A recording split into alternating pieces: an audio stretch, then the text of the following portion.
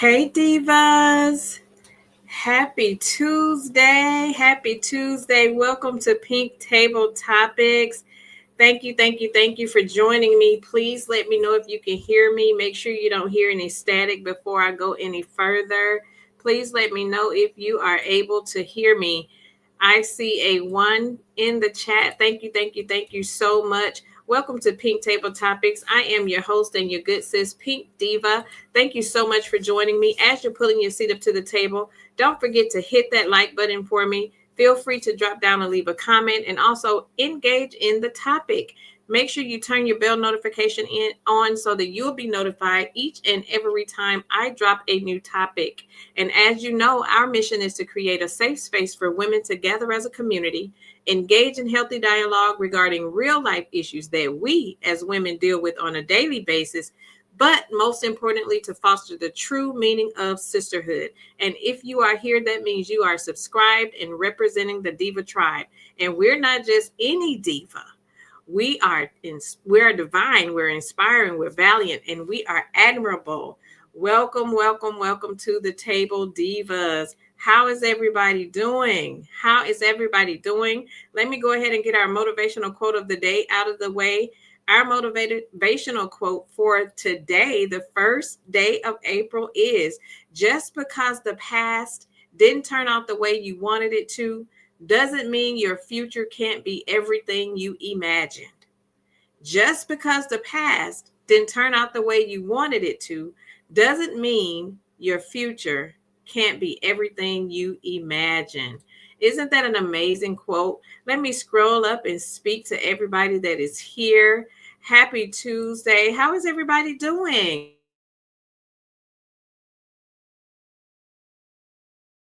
Did everybody have a good day? Did everybody have a good day, a good weekend? Happy first day of April. Spring is here. Spring is here. Hey, Linda. Thank you so much for joining. I appreciate you for being here. Veronica Monroe is in the house. Hey, Diva. Hey to my Diva. My Pink Table Topics mod is in the house. Teresa Wright. I call her my Riri. Hey, Riri. Thank you so much for being here, sis. I appreciate you. I know Aunt Debbie got her live going on. Hey, Salt and Light. Thank you so much for joining. I appreciate you for being here. Hey, my diva. Betty is in the house. Hey, sis. How you doing? Let's Be Clear is here. Hey, sis. How are you? Thank you so much for joining. Thank you so much. Veronica says she's doing okay. Hey, Rosemary. Rosemary is in the house. How are you doing? Thanks for joining. I appreciate you for being here. Teresa says she went from 85 Saturday and Sunday to 55 today. Oh my gosh. Oh, this weather is so funny. It's been we had some really good weather on Thursday of last week. I mean, it was like an amazing summertime day. And then Friday and Saturday, it rained. Sunday, what's today? Tuesday. Sunday, it was like at 45.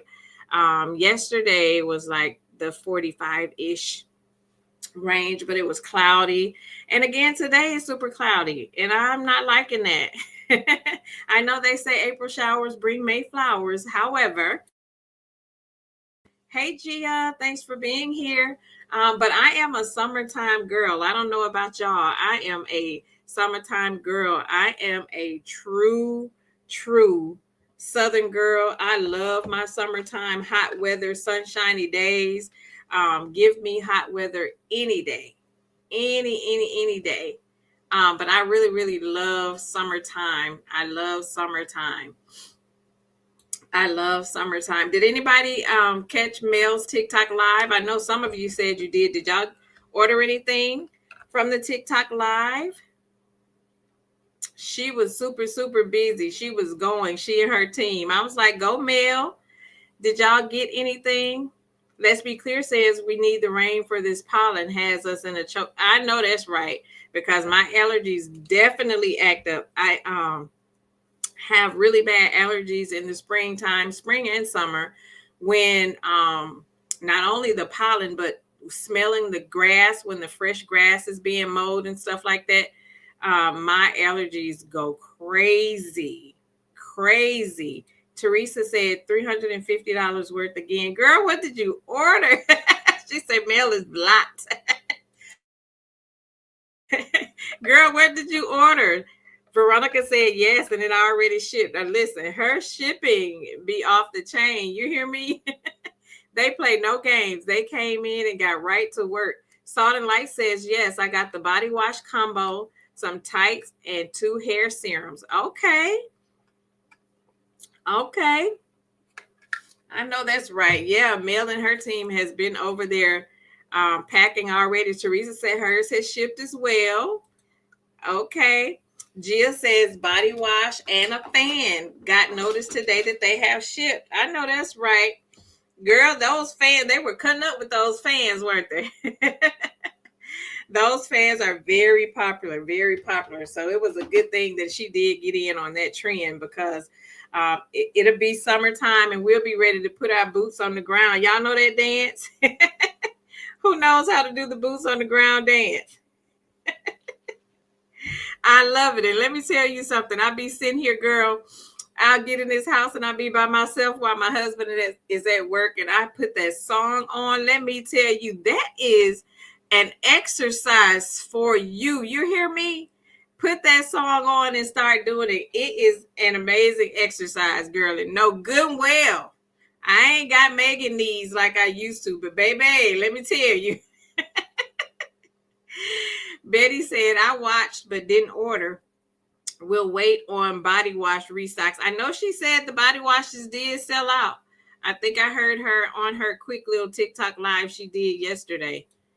Teresa said body wash, athletic suits, 2 fans, serum, t-shirts, and short. Girl, you was wrecking. Teresa, do you need anything else, sis? Do you need it? You can have your own little 7th Avenue Beauty warehouse over there, sis, because you be ordering up. Salt and Light said, I stayed the entire live to support and tap the screen. I did as well, Salt and Light. I was over there. What did I do Saturday? I had to run out to a couple of meetings Saturday, but I did keep her up on my iPad the entire time while I was gone, and I watched her when I got back. So, yeah, full of energy. I don't see how they do it. That is a long work day. Teresa said, I got that dance down pat. Was doing it today with my Vegas fan. Okay. I'm ready. I love it. It's definitely trending. I tell you, it's definitely trending.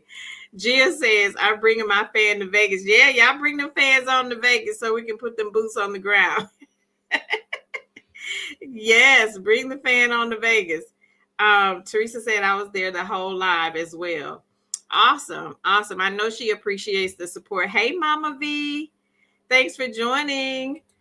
I know she appreciates the support. Teresa says every time I say I'm not getting anything, she come up with something new.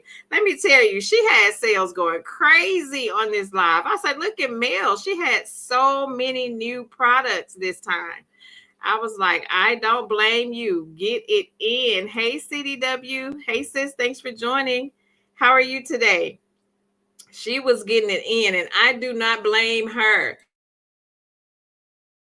My favorite product of hers, though, I say it all the time, is the facial cleansing system. I live by that facial cleanser. I love it. I love everything about it. So that is the one thing that I always try to make sure I get when she is having her TikTok lives and can catch it on sale. But it really works. It really does. And I have combination skin. I have oily spots in some areas and dry spots in others, but it works very well on combination skin. So I really do enjoy it. Salt and Light said, sitting here with the hair mask on my head under the heating cap now from the last live. I know it. I bet it feels so good. I can only imagine how good that feels. I use the facial cleanser twice a day when I wash my face in the morning and then before I go to bed. I love the moisturizer that comes with it, even when I'm not actually washing my face. But anytime I'm not a big makeup person anyways, but sometimes when I'm going places like the church or I'm going out or something, I'll apply some makeup. But using that moisturizer under your makeup is absolutely amazing. I don't know what it is about that moisturizer, but it makes your foundation cling a little bit more, and it actually helps to eliminate shine from the foundation that you are using. And it works really, really well. I really love that moisturizer. It's airy, it's really airy and soft. Is very lightly fragranced, and it just makes your skin feel super good. Like after I have completed washing my face and doing the whole routine, it's just like my face feel like so amazing. So if you don't have that facial cleanser, you should definitely try it. And it has helped with also having, you know how sometimes you may get a blackhead or something every now and then in different spots on your face. I haven't seen a blackhead on my face since I've been using her facial cleanser. So it really, really works. I love it. That is one of my all-time favorite products of hers, that facial cleanser. I live by it. So definitely get you some, get you some. So we're going to go ahead and get started talking about our topic today. We will be continuing with our surviving toxic family members series next week, Tuesday. We will be continuing because I have a great story to add and for us to talk about on that very topic. So we will be continuing that one next week. But I wanted to talk about, and also today was voting day for me. Before we get started, did anybody else have voting in your area? It was voting day for my area. So I did have to go out and rock the vote today. I did go vote. I did my civic duty and I went to vote. Hey, I am Blessed Pecan Pam. She says, I'm listening in the bushes. I appreciate you, sis. Please hit the like button for me. Thank you for listening in. I appreciate you. Did anybody else have to vote today, or was it just our area?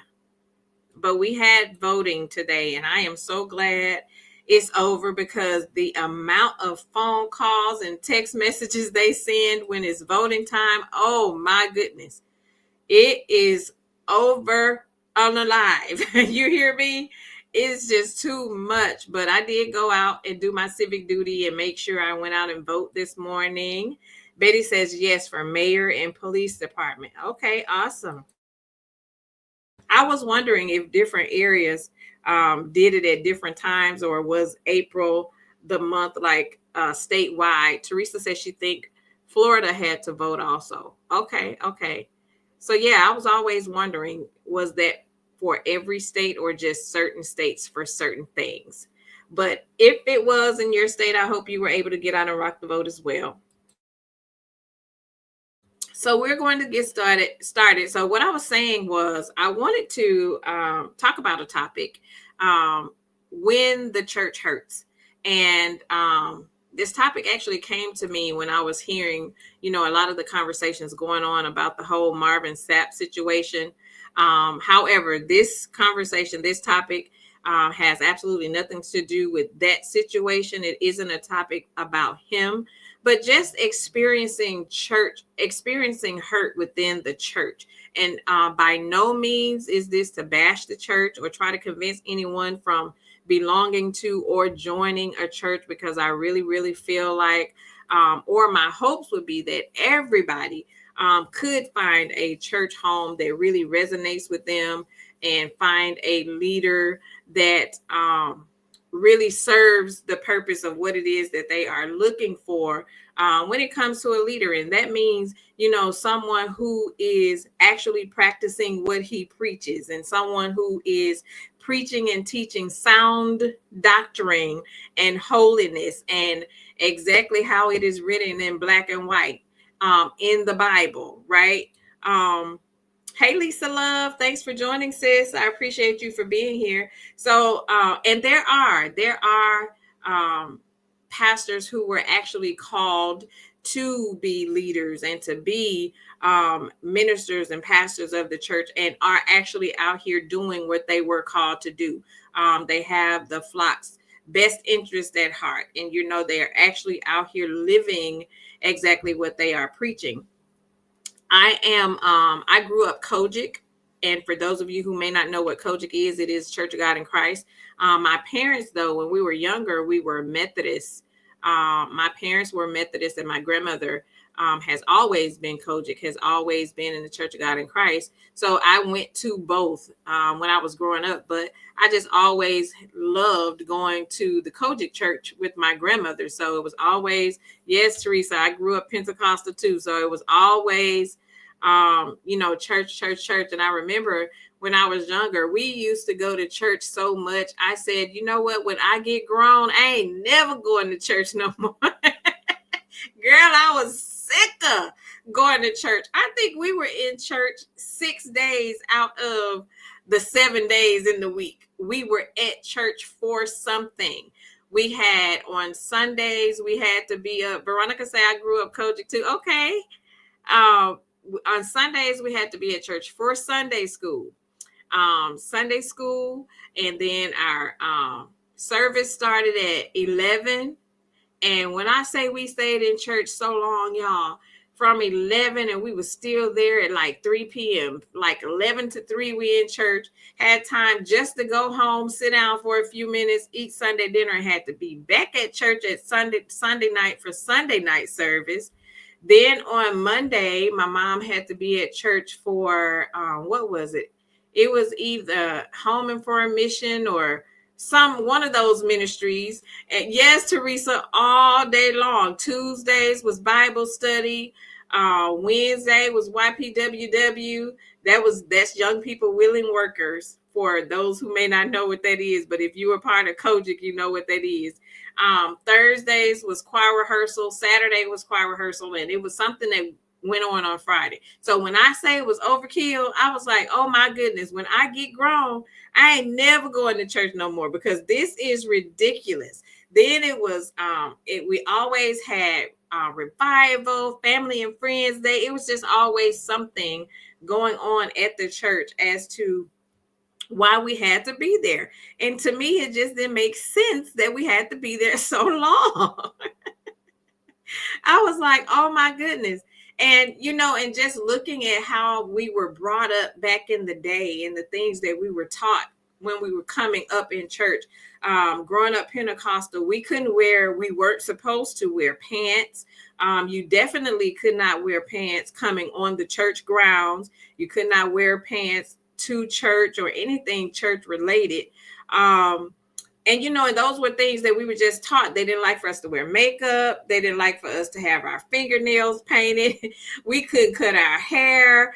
It was just so many, I would say, self-taught stipulations that were a part of, growing up Kojic and in the Kojic church that, and when you learn better, you do better. But those were things that we were just taught. Teresa said, I said the same thing. Made no sense to be in church that long. Revivals were week long. Yes. Pastor anniversary, church anniversary. Yes, girl.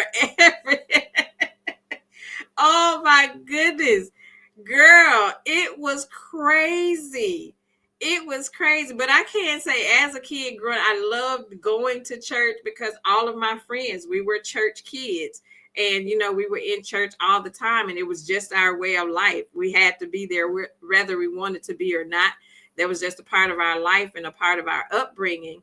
And I loved my pastor. He passed away a few years ago. My back home pastor, he passed away a few years ago. But he was an amazing pastor. I loved his teaching. He taught sound doctrine. And, I was able to, and that's when I was able to actually start my journey with growing up and just learning about the Lord and, the things that I should and should not do. So it helped mold me to be who I am today. And I'm so appreciative of that. Veronica say most of the first ladies wore makeup. They sure did. They sure did. Hey, TNTG Mom. Thanks for joining, sis. I appreciate you for being here. They sure did, Veronica. They did. They did wear their makeup, and and they would tell you don't wear your skirts too tight and all of this kind of stuff. It was just a lot of, to me, once I grew up and become an adult and just learned better, some of those teachings, you knew that they were just made up teachings. They was just taught in the church, but not really biblical. It didn't have didn't really have a biblical backing to it. It was just how they were taught um, in the church. And so when I moved from my home church, when I moved to Mississippi, from Mississippi to where I am now, and I joined the church here. And excuse me, I had to cough. So when I moved here, I joined a church, which happened to be a very well-known Kojic church here in my city. And Veronica said, flashbacks. Girl, let me tell you. Lisa said, I grew up Baptist and my dad was the same way. Every Sunday and Wednesday we were in church. Then Vacation Bible School. Yes, Vacation Bible School. Oh my goodness. How can I forget Vacation Bible School? Girl, that's okay, TNTG mom. That's okay, girl. Sometimes we be typing so fast, and you know how that spell check is. But I ended up finding a church home when I first moved here, and has been in it since I've been here. And I've been here now probably about 23 years. So, but I remember when I first went, because I told you how we were taught at my back home church in Mississippi. We were taught that you did not wear pants to church, and women had to carry themselves a certain kind of way. You had to dress a certain kind of way, and it was just things that you didn't do. And so when I joined my church that I belong to now, and because it's a huge church, it's way bigger than the church that I had back home. We have a large sanctuary, and there were women. I remember sitting there, and we were doing offering, and you know how when you sit and you watching everybody else walk around and pay their offering, and girl, some of these women were dressed like they were going to the club. I mean, I'm talking halter dresses. And listen, this is by no means am I digging at anybody that you wear what you want, because the Bible says come as you are. All right, let's set the stage clear. The Bible says, come as you are. You wear what you want. You wear what you want to wear. You wear what you have. But for me, there's just some things that I would dare not wear to church ever, and just certain other places too. It's just some stuff I wouldn't wear. That's just me. And my thing is, if you can wear it and it does not conflict you, then you do what you do.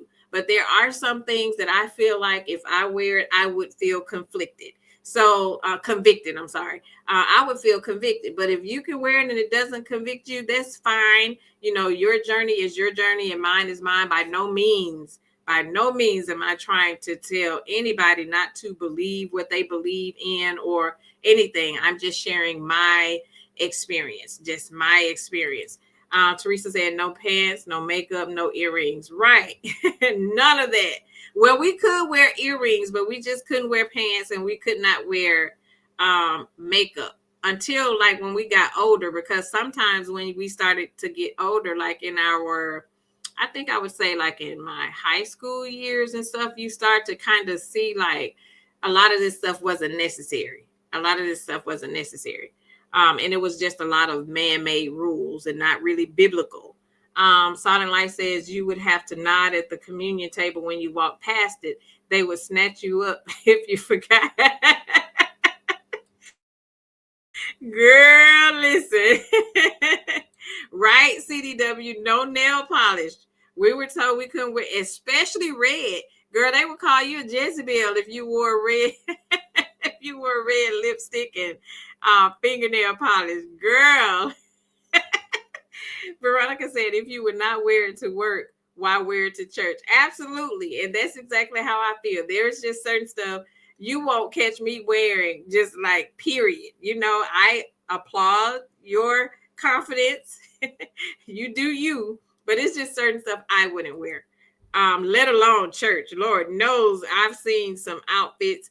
I'm telling you, these people be dressing like they are going to the club, as soon as they walk out the church doors. And hey, if you like it, I love it.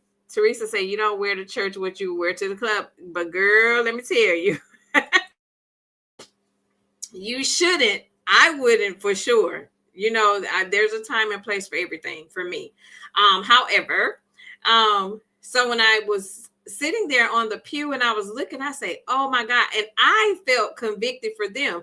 And this wasn't me judging. This was not me passing judgment on anybody for what they had on. It's just that it was a culture shock for me because that's not what I was accustomed to at the church that I came from. My southern church in Mississippi, like, would never have allowed that. It would have been to the point to where back in the day at my church back home, the church mothers would have pulled us to the side and say, girl, you go home, you change clothes. Now, you don't come up in the Lord's house like that. That's just how the teachings that I was under and the leadership that I was under when I was growing up and in church. The church mothers would actually send you home. Well, they wouldn't send me because I knew not to come, but they would actually pull you to the side and send you home for having on certain stuff, or they'll pull you to the side and actually chastise you for, well, girl, why you got this lipstick on and this, that, and the third. And that's not God-like. They would actually chastise you for things like that. But again, like I say, when we learn better, we do better. When you learn, when you study and you get the word for yourself, and then you start to know that a lot of this stuff was not even affiliated with scripture. It was just something that was taught in the church. And it just carried on from generation to generation. And it has nothing to do with your walk at Christ. Wearing lipstick does not mean that the Lord gonna turn you away when you get to the pearly gates. It has nothing to do with that. So you just have to learn and study the word and study the Bible for yourself and get your own understanding of the word. CDW says, my pastor said we weren't allowed to go to the movies. Yeah, it was a lot of stuff. It was a lot of stuff that I missed out on growing up in the church. There was a lot of stuff that I could not do. It was a lot of stuff I could not do when I grew up in the church. And I have to say, it wasn't bad because I had a really good life growing up. And church was good. Church was good. We went to church. It was expected of us to go to church because my mama used to say, I don't care how late you stay out on Saturday night. You better be at Sunday school in the morning. And you best believe we would be at Sunday school in the mornings, tired, sleepy, and everything, half hungover and everything. But we would be at church on Sunday morning. Lisa says, I noted that times had changed when a pregnant lady had her naked baby bump out and the husband or baby daddy had on a do-rag. They were younger, but my mama would have snatched me up girl, let me tell you. And there was another thing. And I remember we talked about this, I think over on Sis channel. I think I remember us talking about when we talked about the situation where the pastor called the young girl up to the church that was pregnant. I had to do that. I had to do, like, at our church, they will sit you down. If you sang in the choir, if you were a part of the usher board or anything, if you were unmarried and you got pregnant, they would sit you down. You could not sing. I forgot how long they would sit us out, but you would actually have to sit out and you could not be a part of any ministry in the church because I guess just looking back on it, it kind of was an affiliation with you having a baby out of wedlock. So we don't want you in any position of leadership because we don't want, you to be standing before, the other patrons in the church and it's looking like this is okay to do when it's actually not. It is wrong. But yeah, that was happening back in the day. And, we didn't have like social media or anything like that to where it could be posted online, but that was a thing back in the day. So that definitely wasn't anything new to me when I saw that because it actually happens a lot back then. Teresa said, we had the mothers who sat on the front row with them big hats. They still do that today on who would pull you to the side. They would bring a handkerchief to cover. Yes. And if you sat on the front row, you better have something to throw over your legs. Absolutely. I remember that. Yes. Teresa also said the Pentecostal churches would definitely sit you down. Yes, they would sit you down. They would sit you down. Yes, ma'am. They would sit you down. and wouldn't think twice about it, and your parents wouldn't say anything about it either. That's just, that's just what was taught at the church. It was just certain things you didn't do. And of course, out of respect, we didn't do that because those were the rules of the church. Veronica says, my maiden name is White. The Whites and the Moors were considered rebels. We questioned everything. They were sick of us. Look at you being insubordinate, Veronica. But you know what? And you have to, though. And that's why I keep saying, when you learn better, you do better. Because now we can look back on those things and we can see now that a lot of this stuff had nothing to do with anything in the Bible. It was just man-made laws and revelations of the church. That's just some stuff they had made up. Because like I say, because I was brought up and raised like that in the church that I went to, it was just really, really odd for me to see women walking around in the church, in the Lord's house, dressed like that. And I was sitting there and I was clenching my pearls, girl. I was like, oh my gosh. I say, are they what kind of church is this? That the pastor is allowing these people to walk around here with club clothes on in the church. I was like, oh my goodness. And I was really taken aback. Teresa, you say I have static. Hold on, sis. Let me adjust my mic. Let me adjust. What about now? Put a 1 if everything sounds okay now. Let me know. Is that better? Let me know if you can hear static still. Okay. Think I got too close to the mic. But I was saying, what kind of church would allow these women to dress like this coming to church? So that was kind of odd for me. But the more I started to go and I started to, again, at this point, I'm older. So I'm saying, you know what? I realize now that a lot of the things that we were taught, you say it's still there? Okay, hold on.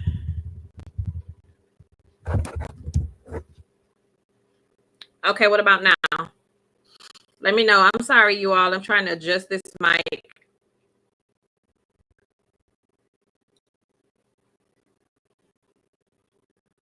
Let me know. And I'll move it around again. I had it positioned right. Don't know what's going on. I hadn't even touched it either. Am I still breaking up? Can you still hear static? Am I still breaking up and can you still hear static? Let me know, please. Still breaking up? Hold on. Let me try something else. Hold on. Let me move it back some.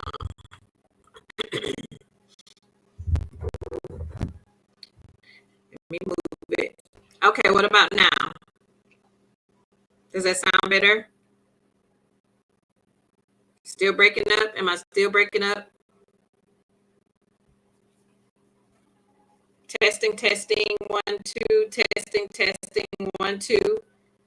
Can you hear me now? Can you hear me now? Am I still breaking up? I moved it back a little bit so that it's not too close to me. So let me know if I'm still breaking up or if you can hear me good. Okay, sounds good. All right, thank you. I had to move it back. I don't know what's going on. It's starting to thunder outside, so that could have something to do with it. But am I still breaking up? I see Mama V says no. Veronica says no. Now Veronica says still breaking up. Let me see.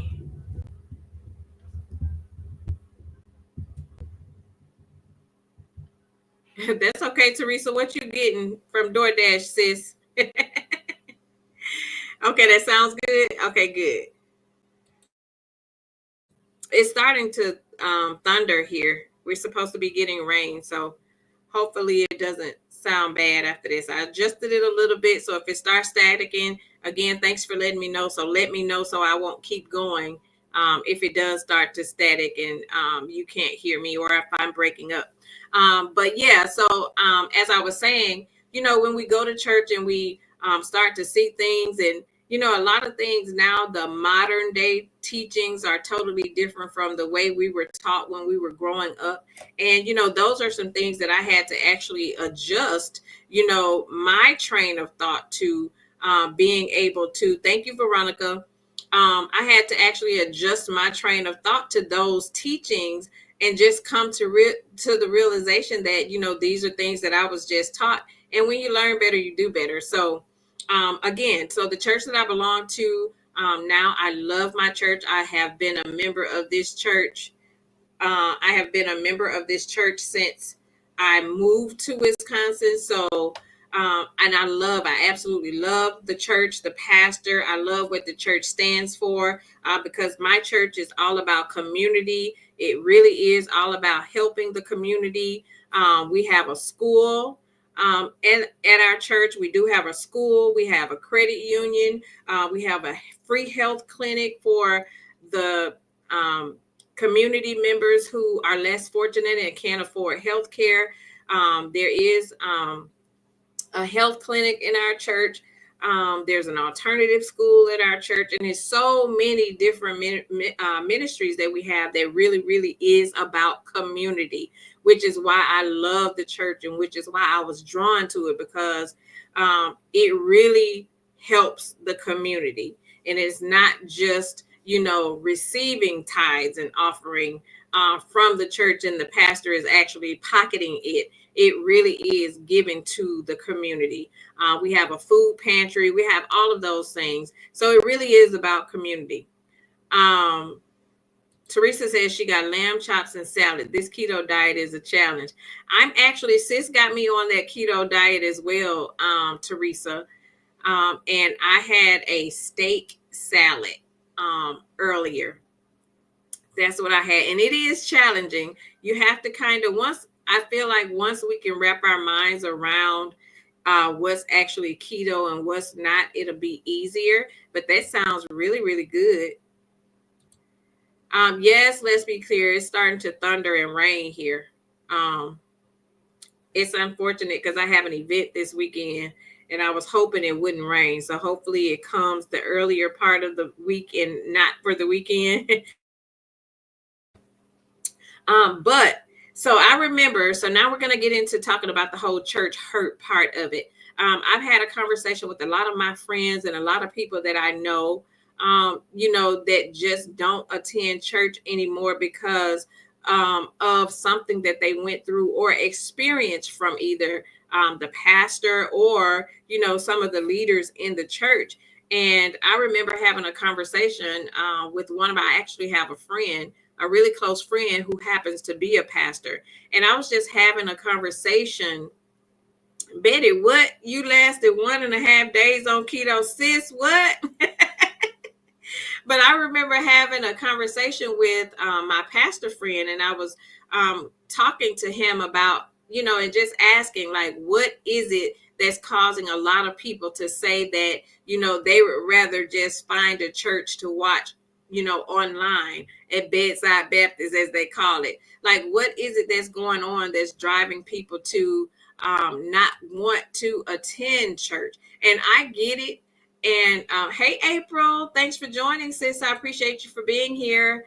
Teresa says my church has almost the same. We put 2 single mothers up in homes for 2 years and teach them how to provide for themselves. My church has a private school as well. Yes, that's what I love. That's why I always wanted to make sure wherever it is that I fellowshipped, I wanted to make sure they were also as active in the community as well. Because we know we are living in the book of Revelation. We know that we are living in the last days. We know that in the last days, the Bible says that there would be false prophets. And there are a lot of false prophets that's going on around here. A lot of these pastors that are saying they're pastors aren't really pastors for the right reasons. It's a money grab for a lot of them. So it's unfortunate. And that's why I say go where your heart leads you. Make sure, for one, when you are hearing the word, make sure whatever word he's giving, that it can be attached to and applied by scripture. make sure that you study and get an understanding for yourself to know what that scripture means, and make sure that it resonates with you the way it's being taught. So you have to use your better judgment. So I wouldn't tell anybody not to attend a church, because I love the fellowship. I love to go to church. It's amazing people there. And it's just a good feeling to just be able to get up and go to the church. And yeah, it is times that I watch from Bedside Baptist. I don't go. There are times I don't make it every Sunday, but I try to go, if not every Sunday. It may be a Sunday I miss per month, but I'm there almost every Sunday. We ended up sitting out during COVID because, of course, a lot of facilities were closed. So I had to make sure that I watched online, but it just felt good being able to be back into the house and be able to fellowship with all of my sisters and brothers, and to just be active in the church, because that's how I grew up. I grew up in the church. But I remember when I joined, I was at this church too, and I was fairly new at the church. And this is where I'm talking about the church mothers that we used to have back in the day. And I remember one day I had to work and I wanted to go to Bible study. And this is when, what did Let's Be Clear say? Let's Be Clear said that he's being admitted in the hospital. He's dehydrated, low oxygen, and to monitor his kidneys. Prayers up to your dad, Let's Be Clear. We are praying for you, sis. Prayers up for you. And we know that dad is going to be okay. We know that God is in control, and we are sending prayers up for your dad. Hey, sis. Hey, LaDawn. Thanks for joining, sis. Yes, we are praying for your dad, sis. So I remember it was a Wednesday, and I had to work, and I worked on a different side of town from where I actually lived and where I actually went to church. But I wanted to go to Bible study. And I had just lost my mom. This was the time when I had just lost my mom. I think I may have been a month or two in from losing my mom. And I just wanted to go to church. I was at work all day, and I was like, you know what? I just want to go to church. And I wasn't going to have time to go all the way home and change clothes before going to church. So I was kind of toying with, going, because I had pants on. I was at work, right? So I was going to have to leave work and go straight to church. But in my heart, I really wanted to be at church. I felt like I need something from the Lord. I need to be in the Lord's house. I need to hear the word for tonight. So I really wanted to go and be there. And I went to church. We were at Bible study.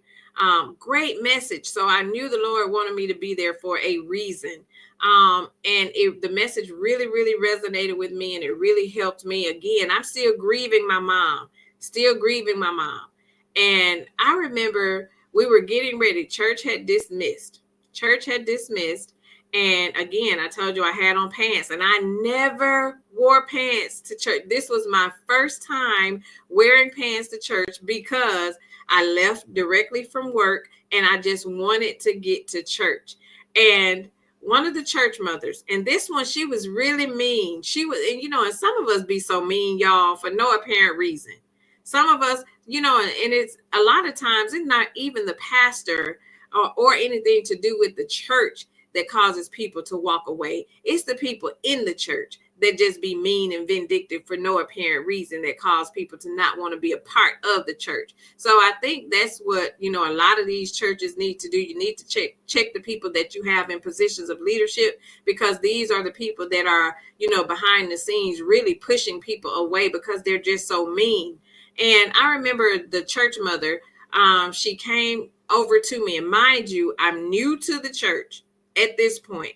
I have, only been there for a short while.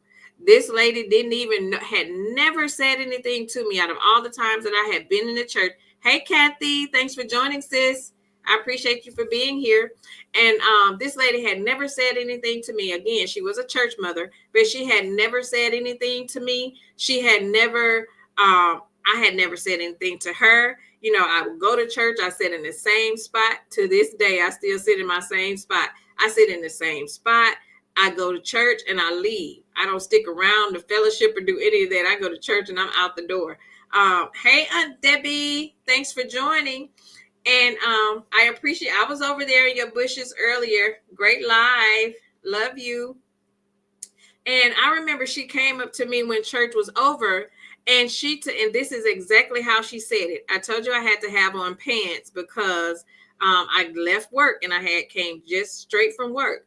And she came up to me. She said, "Don't you wear those pants to this church no more." And and I had to grab my pearls because I'm looking, girl, I whipped my head around because I'm thinking maybe because she was older, she was a church mother. And I'm like, maybe she got me mixed up with somebody else because this lady has never said anything to me. And when I say we have a big church, we have a big church. So I'm trying to figure out, how was it that she singled me out of everybody in the church and approached me and told me I better not come back in this church with pants on. And I'm sitting here, I said, you know what? I said, maybe she think I'm somebody else. Because then if my memory serves me right, excuse me, if my memory serves me right, people wear all kind of clothes up into this church every Sunday. And this is Wednesday, Bible study. On normal Sunday service, girl, these women come into church with everything on. And so I'm sitting here like, maybe she got me mixed up with somebody else. Maybe it could not be, maybe she's not singling me out. She just don't know who I am. And I turned around. I said, excuse me. And she said, you heard me. Don't come in this church with pants on no more. And that bothered me. And again, I told you I'm grieving. I had just lost my mom. All I wanted to do was to get to church. All I wanted to do was get to church because I felt like the Lord had a word for me. So I wanted to just go to church. And then this is what I was addressed about pants on a day that I didn't have time to go home. So my question was, would you rather me had not come because I had on pants? And this was the time. So and it bothered me. I left the church. It bothered me all week long. And I said, you know what? Sunday, I'm going to have a conversation with Pastor, and he needs to know about this. And here's my stance on it. I grew up in the church. So I was very well aware of church mothers like her because I grew up seeing this, all my life. But my thing was, at my big age now, and the era that we're living in now, and I'm a whole grown woman with kids and a husband, and then she's walking up to me telling me I better not come back in this church with pants on. And that has never even been addressed as a whole for the church at this point. Hey, Brittany Janae, thanks for joining, sis. Nobody had ever even brought that up about pants because people wear pants all day, every day in this church. And for her to single me out, I had a problem with that. I felt a way about that.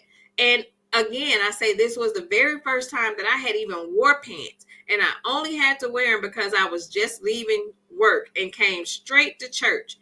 And so I said, you know what? I'm going to reach out to the pastor and I'm going to have a conversation with him on Sunday because this didn't sit well with me. And I ended up scheduling a meeting. I had a meeting with the pastor. I said, listen, I'm saying this, out of utmost respect. I said, because I grew up in the church and I have experienced church mothers like her. So this wasn't new to me. I say, but what if I was just a random person that did not grow up in the church, had never experienced this type of behavior in the church at all? What if I was just somebody who just needed to come and hear the word from the Lord? I just needed to get a message. I just needed to be connected to the church. And this is what I was approached with. What if I didn't have anything else to wear but these pants that I had on? So are you telling me until I can get some dresses and wear some skirts, I can't come back to the church and all I have is pants? Because I say, now just imagine all of the people that she could possibly be turning around because of this very thing. I say, because had I not had already experienced this type of teaching when I grew up, I would have turned around and would have never came back to this church again, ever. Because I grew up with teachings like that, I understood it, but it still bothered me. Not only did it bother me because of the whole pants situation, I was grieving my mother.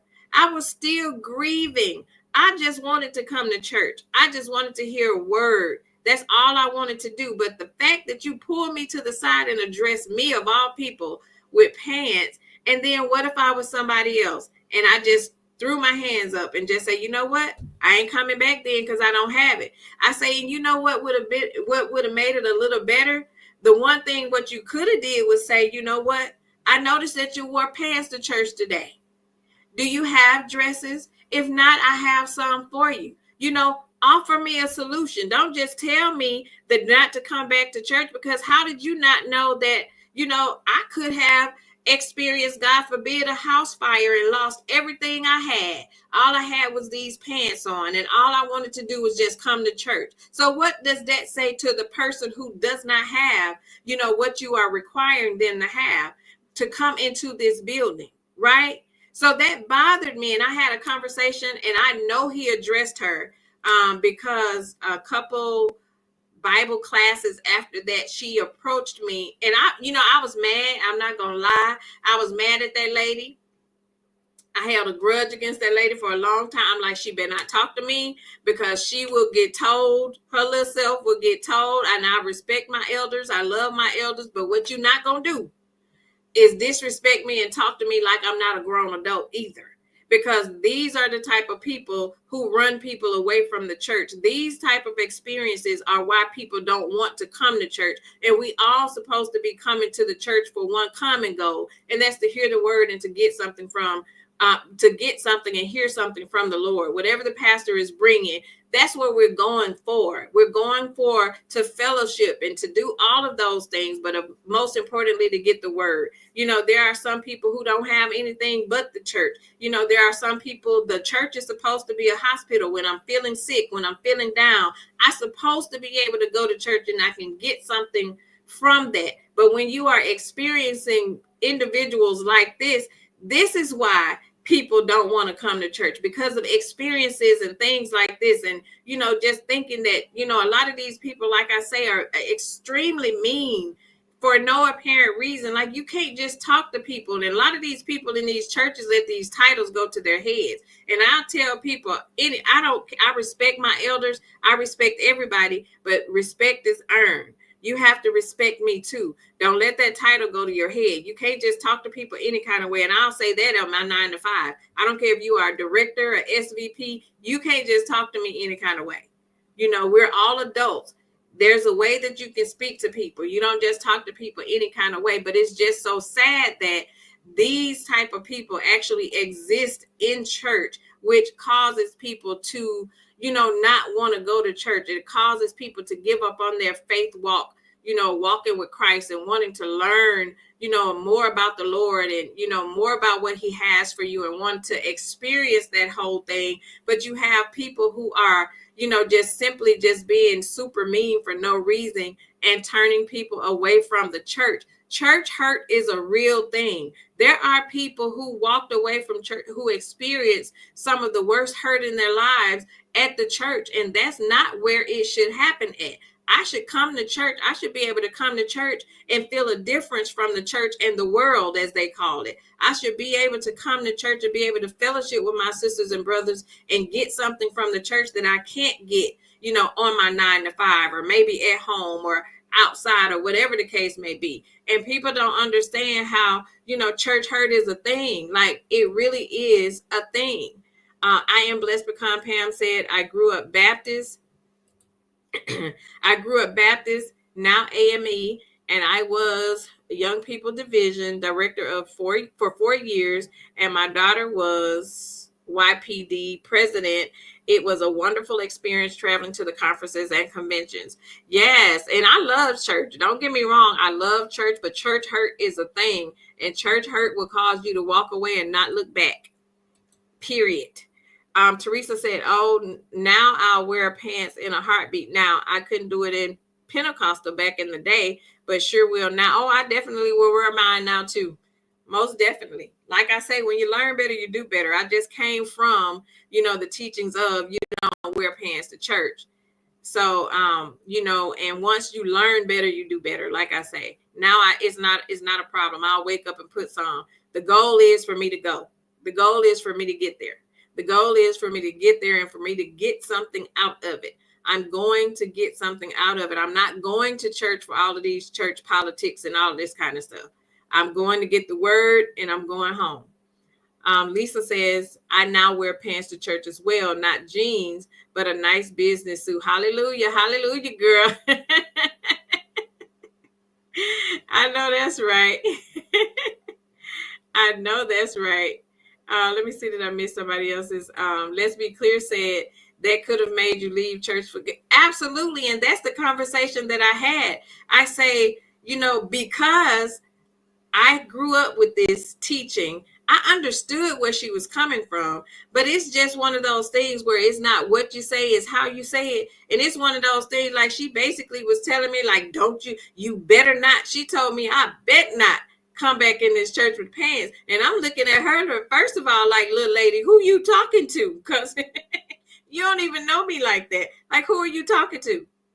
And, and I had to, I snatched my neck, like, who are you talking to? And I was like, okay, maybe she, maybe she don't, maybe she has me mixed up with somebody else. But again, it's not how you say, it's not what you say, it's how you say it. And you can't just be, trying to roughneck people and, tell people, force people to do things a certain way or not. There's a way that you talk to people. And like I say, even in the church, and I'll say this with corporate America as well, everybody don't deserve a position of leadership. Everybody don't need to be in a position of leadership because some people don't know how to talk to people and you will run people away. That's what, just like they say about corporate America. Corporate America don't lose good employers. Bad managers lose good employers. And the same thing goes for the church. Teresa says she caught you at your most vulnerable moment and it didn't take much to hurt your feelings. These are reasons people don't come back. Absolutely. You don't know what I just experienced. You don't know what I just experienced, before I got there. And then this is what I'm faced with when I get there. What's the point of me coming? Right? That's the mindset of a lot of people. What's the point of me coming if I'm just going to be treated the same way I would be treated if I would have went to the club or if I would have went somewhere else? When I come from, outside, I'm expecting the inside of the church to treat me better and to give me better than what I can get and how I could be treated on the street. And that's what a lot of people don't understand. TNTG Mom says that's exactly why some people don't attend. That is exactly why. Brittany Janae say, who is this helper Pink DV? Sis, let me tell you something. I told you I had to clench my pearls I had on because that little lady almost caught one. You hear me? Especially, like I said, I was grieving. I had just lost my mama and I'm sitting there looking at this. Like at that point, anybody could get it because I was angry. I was still angry. I was grieving. And this is how you approach me. Like you just can't do and say anything to people. You got to be careful how you handle people. And that's the whole issue with a lot of the churches. People just don't know how to handle people. There's a way that you're supposed to handle people when it comes to the church, because again, you don't know what people are faced with. A lot of people are, on their last dime, don't know where their next meal is going to come from, don't know how their electric bill is going to be paid. And you can't just be talking to people any kind of way. One little thing will make a person snap. A person could be this close to say, what, I just want to end it all. But you know what? Something in my heart was tugging me to go to church. Something was telling me to go to church. And that person decided to go against their better judgment and decide, you know what? Maybe there is something for me to live for. Let me just go to church. And then what if they had experienced this lady like I experienced her? See, that's why you have to be careful how you treat people, because you don't ever know what a person is going through. You really don't. And that's just today. That's not even just in the church. That's outside of the church, in our everyday lives. Really, really think about the things you say and the things that you do to people, because you really don't understand what a person could be facing in their life, and their conversation with you could be the last conversation that could make or break their situation and what they're thinking in their minds. So always be considerate and always be careful with just how you handle people, because you just never know. You never know. Teresa said they won't say it in today's church with these young folks. They will F around and find out right in the church. Girl, listen, you better know it. Teresa said church hurt hurts bad. Yes, it does. It does. Miss Wynn says church hurt is very real. It's very real. It is very real. Very, very real. Miss Wynn says, I love going to church, but if my spirit doesn't connect, I don't attend. I listen to different pastors online. Absolutely. And I don't let everybody lay hands on me either, Miss Wynn. Everybody can't just walk up and lay hands on me, child. It's a lot of false prophets out here. Everybody can't just walk up and lay hands on me. No, ma'am. I don't do all that. I don't do all that. Yes, Teresa, it was the delivery. It was in her tone. And girl, and she was looking at me like, now what? I said it, now what? That little lady almost caught these hands. I don't condone violence, y'all. But she almost got it, girl. She caught me on the wrong day at the wrong time. But that's why I felt compelled to make sure I brought that I brought that to the pastor's attention, because he wasn't aware. He wasn't aware that this was going on. And like I told him, I said, you know what? That person is going to be the very cause of you losing people from your ministry, because, you know, the way she talked to people just ain't it. It's just not it. Mama V says, summertime is dressed down at my church because of the heat. Okay. Well, at my church, you come as you are. You really do. And when I say you come as you are, girl, some of them take it to the fullest extent. They come as they are. And, you know, and I just look and again, when I see, I listen, I look, and I don't judge, because again, that could be the only thing they have. You know what I'm saying? So I try my best not to judge. I look and look away, because at least they did put forth the effort to come. Miss Wynn said, in my experience, people knew how to deal with sickness, but during my divorce, I was left in isolation. But God is good, and my child and I are still connected to God, not necessary to a church. I know that's right. And that's the thing. Church is just a building. Church is just a place that you go fellowship. It does not mean that your relationship with God is non-existent because you do not attend a church. So don't ever think that. Church is in your heart. As long as you have the word and you have the Bible and you have a relationship with God, that's all that matters. So your faith is not connected to a building that you belong to. It's not. You just have to be careful. People just have to be careful, because again, we're talking about church hurt, and when the church hurts, because it really is a thing. It really is a thing. There are a lot of people who turned and walked away from the church, and a lot of times because of the people. It's because of the people that's in the church and the things they say to people and how you ridicule and how you look down. And I'll tell people all day long, some of these church folks are some of the rudest and snobbiest people that I have ever experienced. For them to say, I am of Christ, and, you know, I'm Christian and all of this, and, you know, these big Bible thumpers and it's God all day long. Every time, you know, they answer the phone, praise the Lord. But you some of the biggest devils on this side of heaven, and so mean and so vindictive to people, and looking down on people as if you are better than. That's what causes people to not want to be a part of a church. Individuals like this. I am blessed because Pam said, yes, that experience can definitely put a bad taste in your mouth about church. It absolutely could. Salt and Light says, I'm so glad that you spoke with your pastor. Absolutely. I went straight there because it bothered me.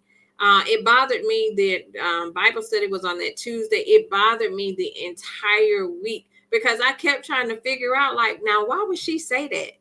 Now, why would she say that to me? And then I'm sitting around like, There are a lot of people that wear pants to church. And this was my very first time. And I remember somebody told me, somebody came, and I remember sharing it with one of my friends, and I was telling her what the lady had said to me. And she said, well, look at it this way.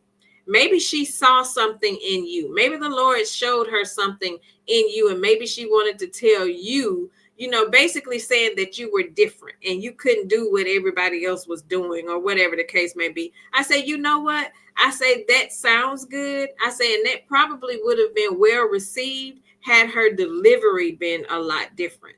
Had she approached me in that manner, instead of just walking up to somebody that she absolutely did not know and telling them what I better not do.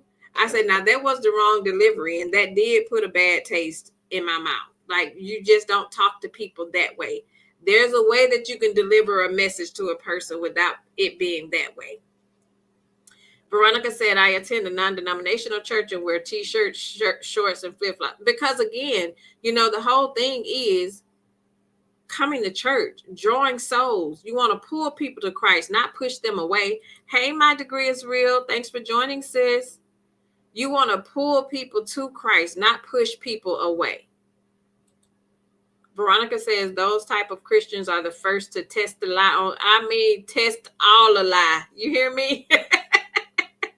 And that's why I be saying you have to be careful whose leadership you are under, because again, when we were talking about false prophets earlier, you got a lot of pulpit pimps that stands up behind the pulpit on Sunday, and some of them done slept with the whole usher board, got a whole wife that sit on the front row every Sunday, and he done slept and ran through everybody on the usher board and every other ministry in the church. But yet they stand behind the pulpit. And that's what I tell people. Don't get so consumed about the pastor, or be too surprised when you hear things that these pastors are doing. Like what's his name? Pastor Jamal Harrison Bryant. That man done ran through all kind of women. He's been in all kind of scandals, and not just him, a lot of them. But the thing that I tell people, it does not surprise me, because you know why? Pastors are human. They're not God. And I think the disconnect is, a lot of people look at these pastors as if they are God, and they are not. They are human. They just like you and me. Some of them were called to be pastors, and some of them chose to be pastors. They were not called. There is a difference. So don't look at these pastors as if they are God. They are man. They are human, and they make mistakes. They lie, they cheat, and they do all the things that everybody else of the world does. They no, they shouldn't, but they are human. And I don't look at them as God. I'm not going to do more for the pastor of my church than I do for my husband at home. I'm not going to be running around donating and volunteering my time Monday through Sunday at church, and my house is lacking. And a lot of these churches expect you to just give of your time and resources and everything to the church all the time, but fail to realize that, hey, I got a whole husband and I have a whole family at home. Home comes first. Ain't no way your home can be in shambles and you thinking you doing everything for the church and you gonna get to heaven. That's not how this works. You got to take care of home first. My degree is real says, oh, them church folks be doing too much. My great grand aunt was one of those, thought she was holier than thou, and we would often book it. Exactly. Right, LaDawn. Don't get it twisted, sis. Don't get it twisted. Don't get it twisted. But again, a lot of time, and I see that so often. I see, some of these women that be in the church, it's, well, pastor said this and pastor said that. And I'm looking like, well, who is your husband? Because pastor don't run your household. Your husband runs your household. And you can't just be spending all of this time at the church with pastor and not giving your husband at home the time that he deserves, and your house is going lacking. And then another thing too, while we're talking about this, and I remember it was discussed when the whole Marvin Sapp thing was taking place about the whole offering thing. I have seen pastors in church to where their job is to get up and collect these special seed offerings and to telling you if you sow a seed of $500, the Lord is going to bless you and this, that. Let me tell you something. Your blessings are not attached to a dollar amount that you give in a church. That does not equate you being blessed or not. Just because you don't have something to give at church does not mean you are not going to be blessed. Those special seeds are just what it is. If you don't have it to give, and the thing is, I have witnessed church intimidation. I have sat in church and witnessed how some of these pastors will get up there and intimidate people into giving. Let's say, I remember I can't remember if it was a conference or a revival. One of those, it was a conference or a revival. And during the service, and I kid you not, I promise you it was about 4 or 5 offerings that took place. It was the regular offering. Then it was an offering to pay the guest speaker, to raise a special gift for the guest speaker. Then it was an offering for something else. But on this particular offering, I remember the preacher that got up, and he was wanting to collect the offering. It was right after the word had gone through. And he was saying, you know what? He said, the Lord is saying, let's sow a seed.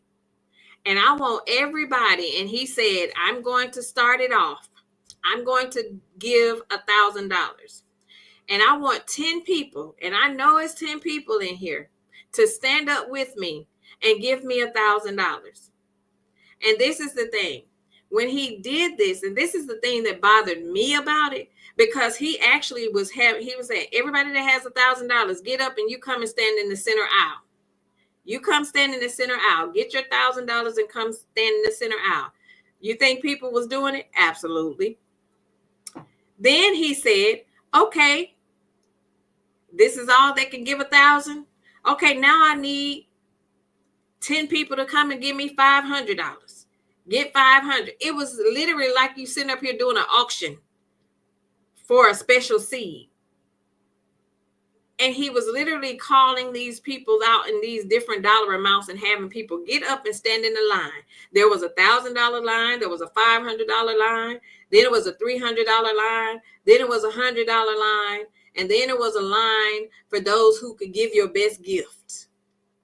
And went through all of those, right? And I literally sat here just witnessing this and said, there is no way on this green earth that I would have got up and got in neither one of those lines. But the thing about it is, and I say this church intimidation because it's basically like you are shaming the people who didn't have it to give. Because all you had to do was say, get your best gift, your best offering. And if you have it to give, bring it and put it in the bucket. You did not have to form 5 and 6 different lines and different dollar amounts, basically shaming the people who were still seating, having people looking at them like, oh, she ain't got no money. She drive a Mercedes Benz and she don't have $1,000 to put in the offering. I know she should have had $200 and at least $200. You know what I'm saying? It put people in a space to be judged openly and embarrassed because they did not have $1,000 or $500 or $300 to give. I may have only had $5. What you trying to say? My $5 is not good enough?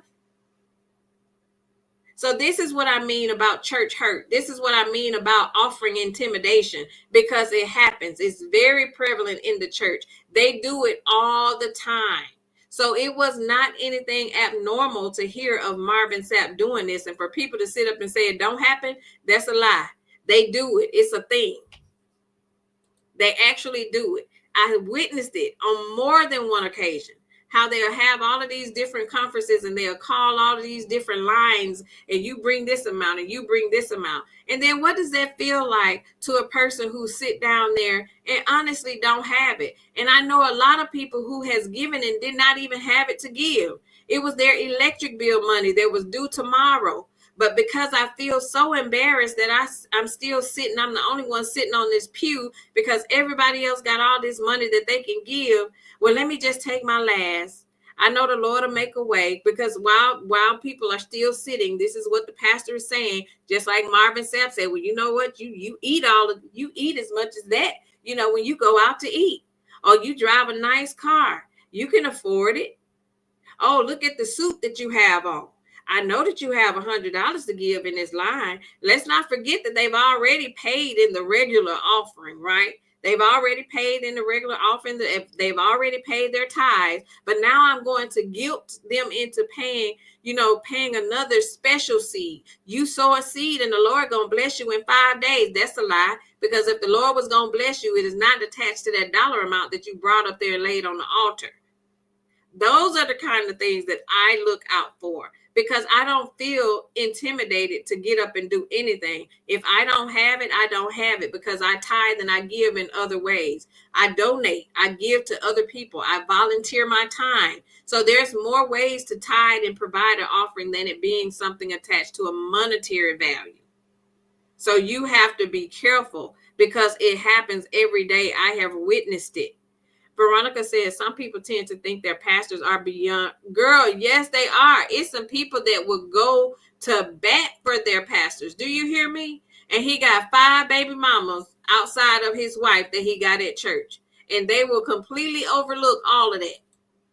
LaDawn says they shame you and they all look at who's giving. Absolutely. There was a whole reason why they call these lines, because if you were just going to say, you could have just said, hey, those of you who have $1,000, those of you who have 5, or those who have $300, give your best offering. My thing is, give your best offering. But there are people, I knew of a pastor who was so good at talking these people into giving these high dollar amounts in these sow a seed of blessing type offerings, to where people would always have him to come so that he could coerce these people into giving these large dollar amounts. It really is a thing. It's like it's politics. It's a whole bunch of church politics that go into this stuff. I'm not saying every church, I'm not saying every pastor, but there are some who really do intimidate these people, and who really are standing behind that pulpit for the wrong reason, because a lot of them, it really is about a money grab.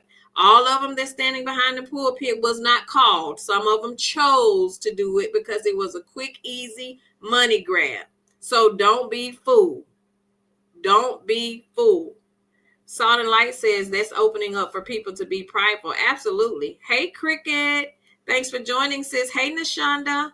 Thanks for joining. Aunt Debbie says, that's why I don't go to church. Aunt Debbie, there's a lot of people who don't go to church for those very same reasons. It really is.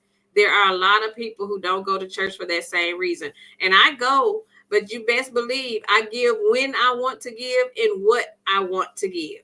I don't fall for the okie doke when it comes to these 5 and 6 different offerings. And I actually be sitting there looking upside their head like they crazy. Like, you really think I'm about to fall for the okie doke and give you $1,000 because you're telling me I'm going to be blessed next Friday if I give this? Now, what happened when the blessing don't come? See, that's why you got to be careful. You can't put a dollar amount on a blessing, because if you got a pastor standing in the pulpit and saying, the Lord said if you bring this $5,000 up to the altar, he gonna bless your situation next Thursday. Okay, so when next Thursday come and my situation is still my situation, then what? Are you going to reimburse me my $5,000? That's not how that works. Don't fall for the okie doke. That's why the Bible says, study to show yourself approved. You read the Bible, get an understanding of the scripture for yourself, because you can easily be misled if you let the man that is standing behind the pulpit talk you into giving your last and living the way he's saying, but yet he living the way he's living outside of the pulpit, but they are shorting you for the way you're living. You got to make it make sense. You got to make it make sense. My Degree is Real says, I want someone to show me in the Bible where it says you must give 10% for tithes and offering. 10% is in the Bible, sis. Excuse me.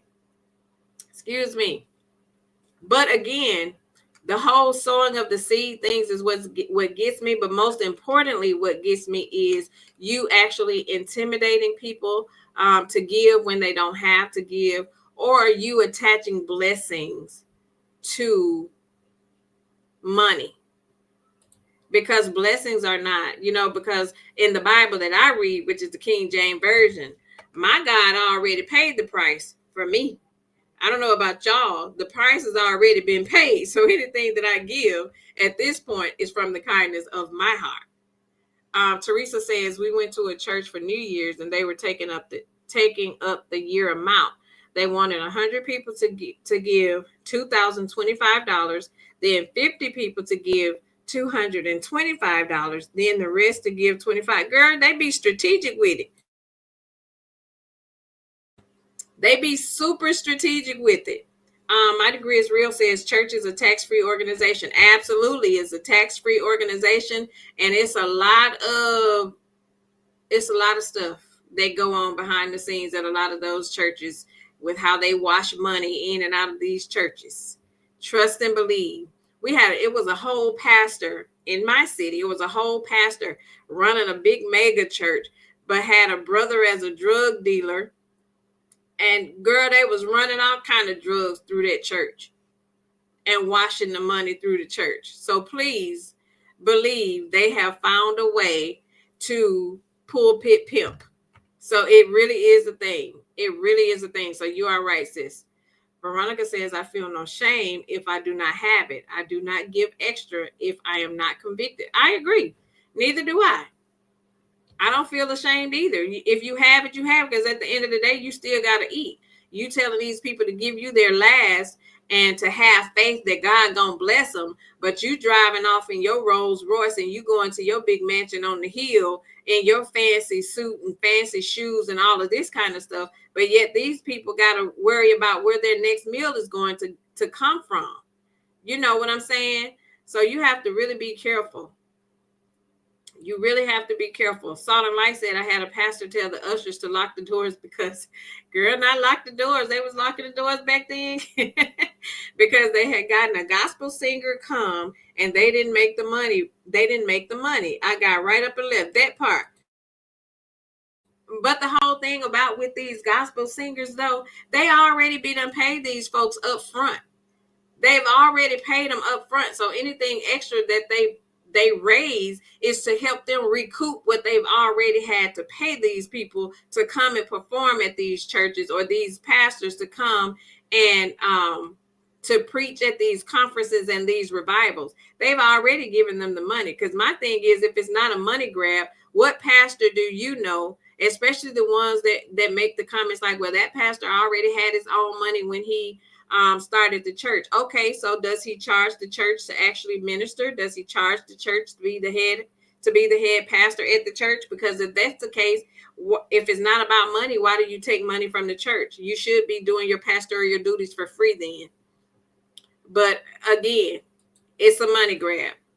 They've already collected the money on the front end, because what entertainer do you know is coming to a church for free without having their retainer fee already paid? That's not how it works. They just be trying to recoup on the money that they've already paid out to get those entertainers there. Teresa said, I told y'all my in-laws worship the ground Creflo walk on. Child, listen. And we just hope their soul is right. Because one thing Creflo can't do is get them into heaven. And Creflo got private jets and everything. And the half of the congregation be struggling. Don't do it. My degree is real said I spoke about him today. Girl, listen, it's a lot. Miss Wynn says it is in the book of Malachi, tithe and offering. Yes, it is. My degree is real says he loves the high life, want churchgoers to buy him a jet. That is crazy. That is really ridiculous to me. Girl. I am blessed pecan. Pam says it's called a shakedown, in my opinion. That's exactly what they be doing, shaking folks down. That's exactly what they be doing, sis. Yes, sis. Teresa says, please share the live with your family and friends. We need 120 more to reach 1,000. Yes, y'all. Thank y'all so much for rocking out with me. I appreciate you all so much. I am almost at 1,000 subscribers, y'all. I have 880 subscribers. So please, please, please Share the live with your friends and family. Send them over to Pink Table Topics. Have them subscribe to the channel. I am trying to reach 1,000 subscribers. And to those of you who have been here since day one, and those of you who are here now, you are here because you are subscribed, and I really appreciate you all. Thank you so much.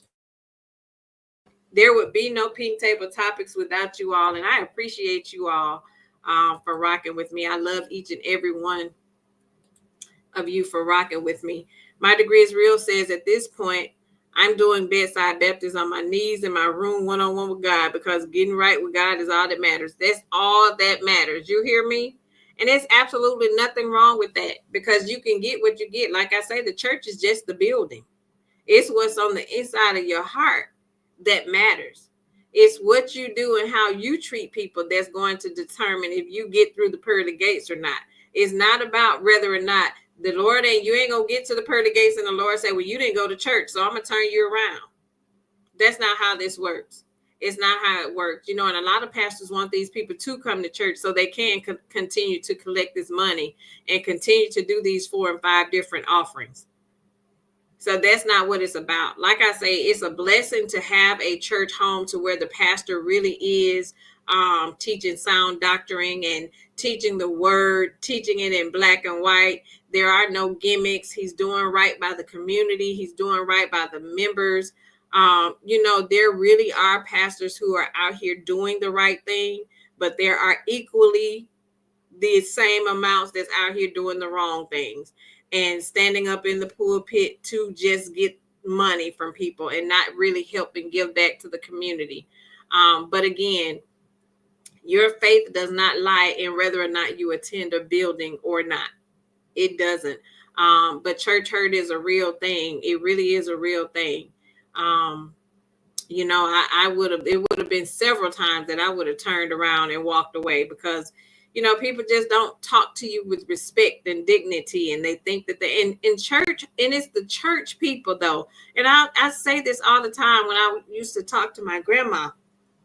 I say some of these church people are just mean and disrespectful, and it'll make people not want to go to church or make people not want to attend church.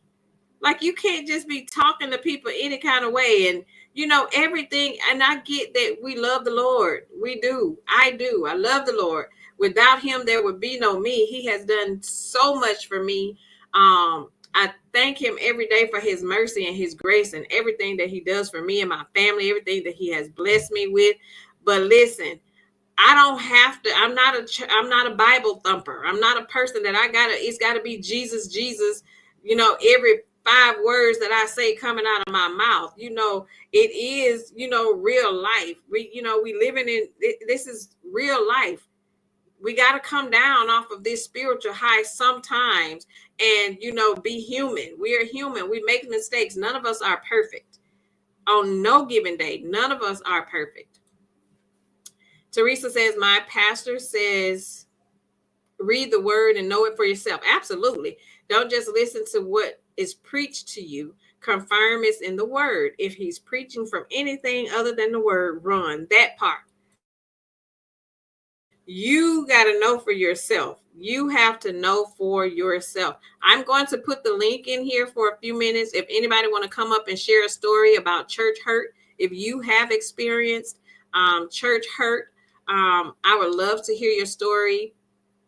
I would love for you to share it with us. Let me know how you were able to maneuver through. Has anyone in the chat experienced church hurt?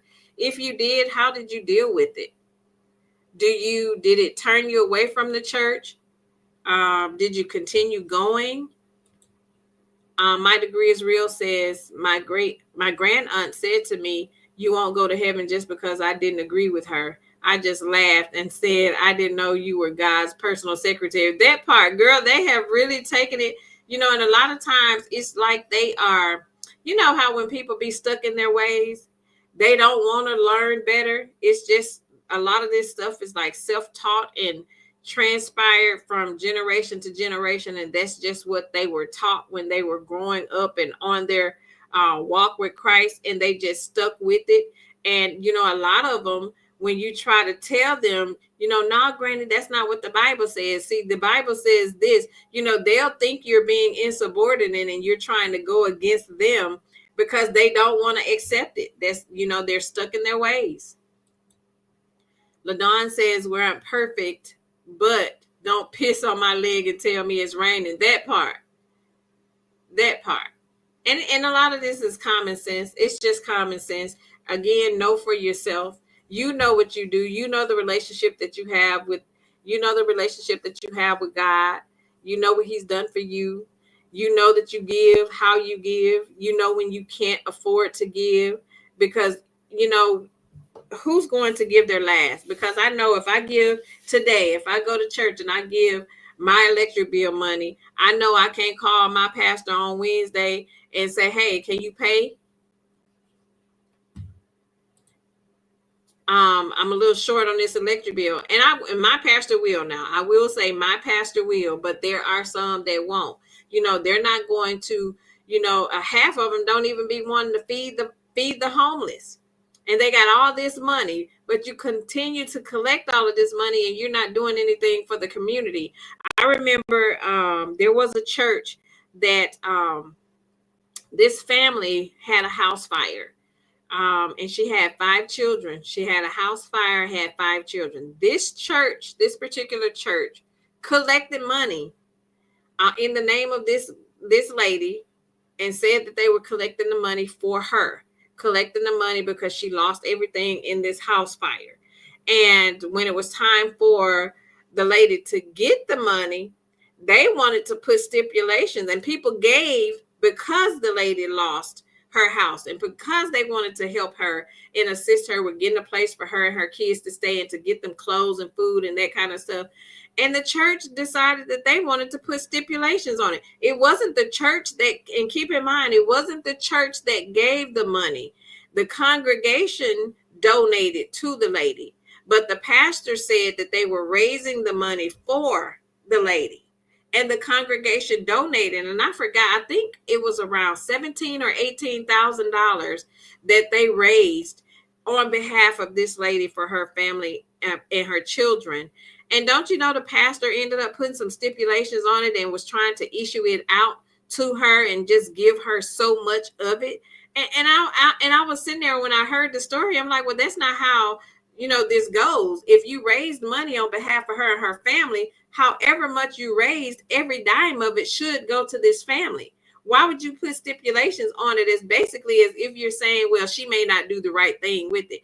Rather she did the right thing with it or not, it was raised for her on behalf of her situation. So that money should have been given to her. So that was a huge, huge issue that went on in my community behind that church raising the money for this lady, and she didn't get it. So you have to be careful. People like to attach themselves to stuff and saying, that they're going to do stuff. And, all of these people are not honest. All of these pastors are not honest, and all of them won't do the right thing. Ms. Wynn said, I dealt by leaving the church. I attend once in a while. I participated in some Zoom Bible study, but during this period of isolation, I have a closer walk with God, and that's all that matters. Your walk with God is all that matters. My Degree is Real says the Bible speaks about these so-called pastors being careful and use discernment.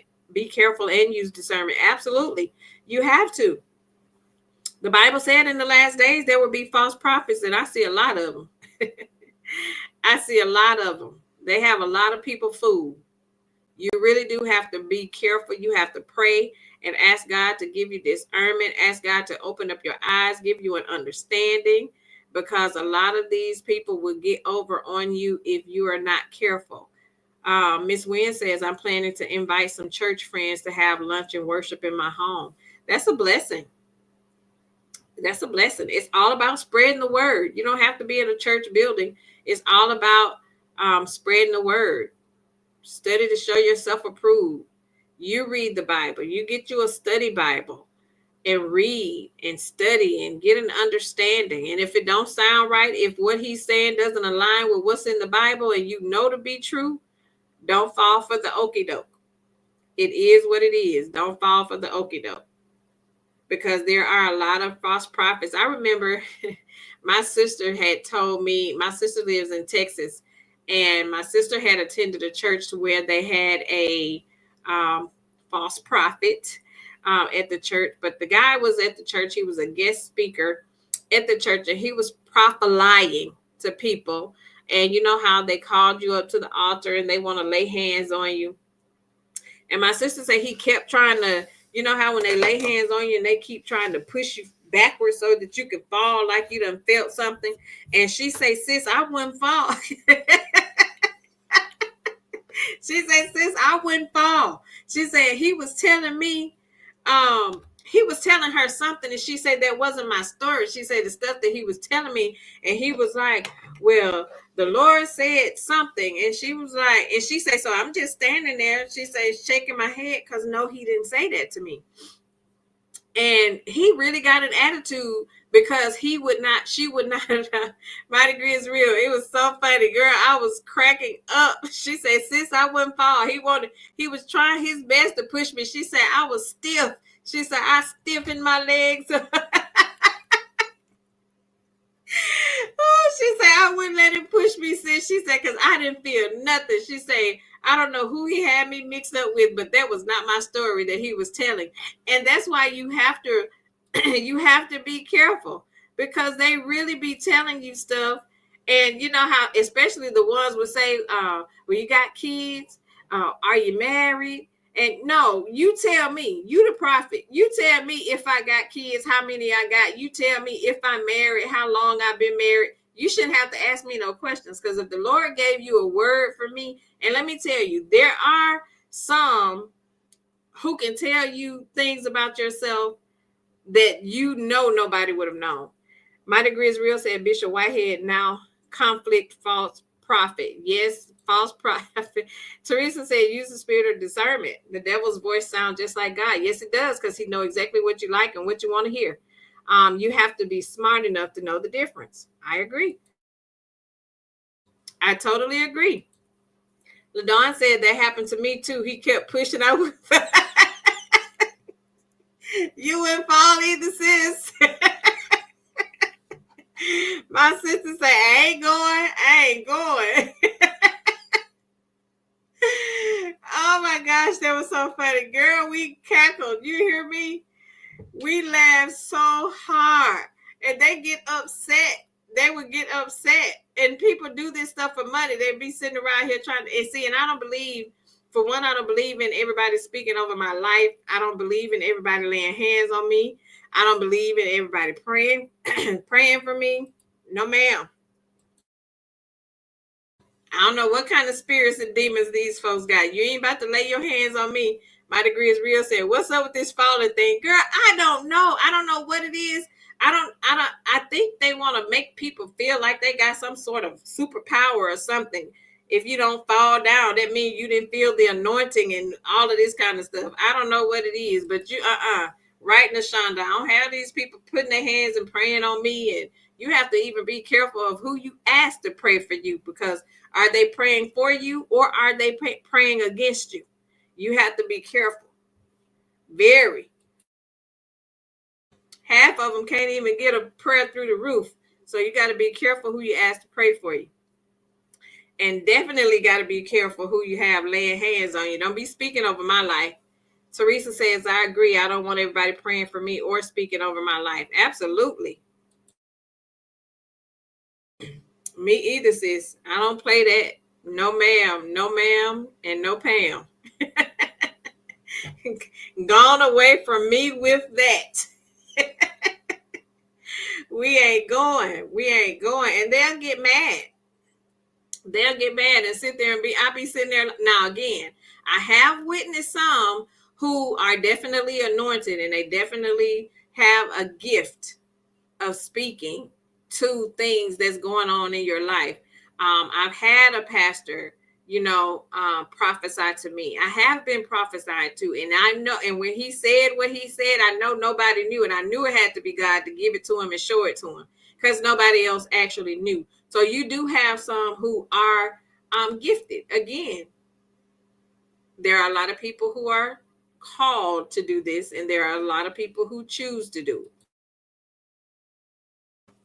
So you have to be careful, right? My degree is real says, don't touch me either. I know that's right. You gotta, girl, listen, learn how to pray for yourself because you got to be careful. Teresa says, and stop telling everybody about your medical conditions, financial conditions, or marriage conditions. Everybody ain't for you. There are folks that will pray against you. Witchcraft prayer. Absolutely. Witchcraft is real, y'all. It is real. People really will pray against you.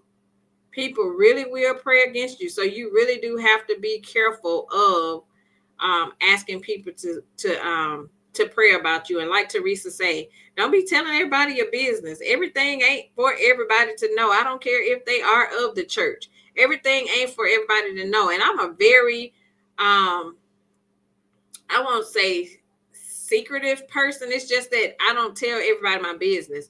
Everything ain't for you to know. And some stuff you shouldn't ask. It'd be the audacity for me. Some of the stuff that people ask you is just so disrespectful. Because why would you ask people certain stuff? Like certain stuff is none of your business. You shouldn't even fix your mouth to even ask people about their personal business and stuff. Right, my degree. Keep your business with God. God knows all and he sees all. He sits high and he looks low.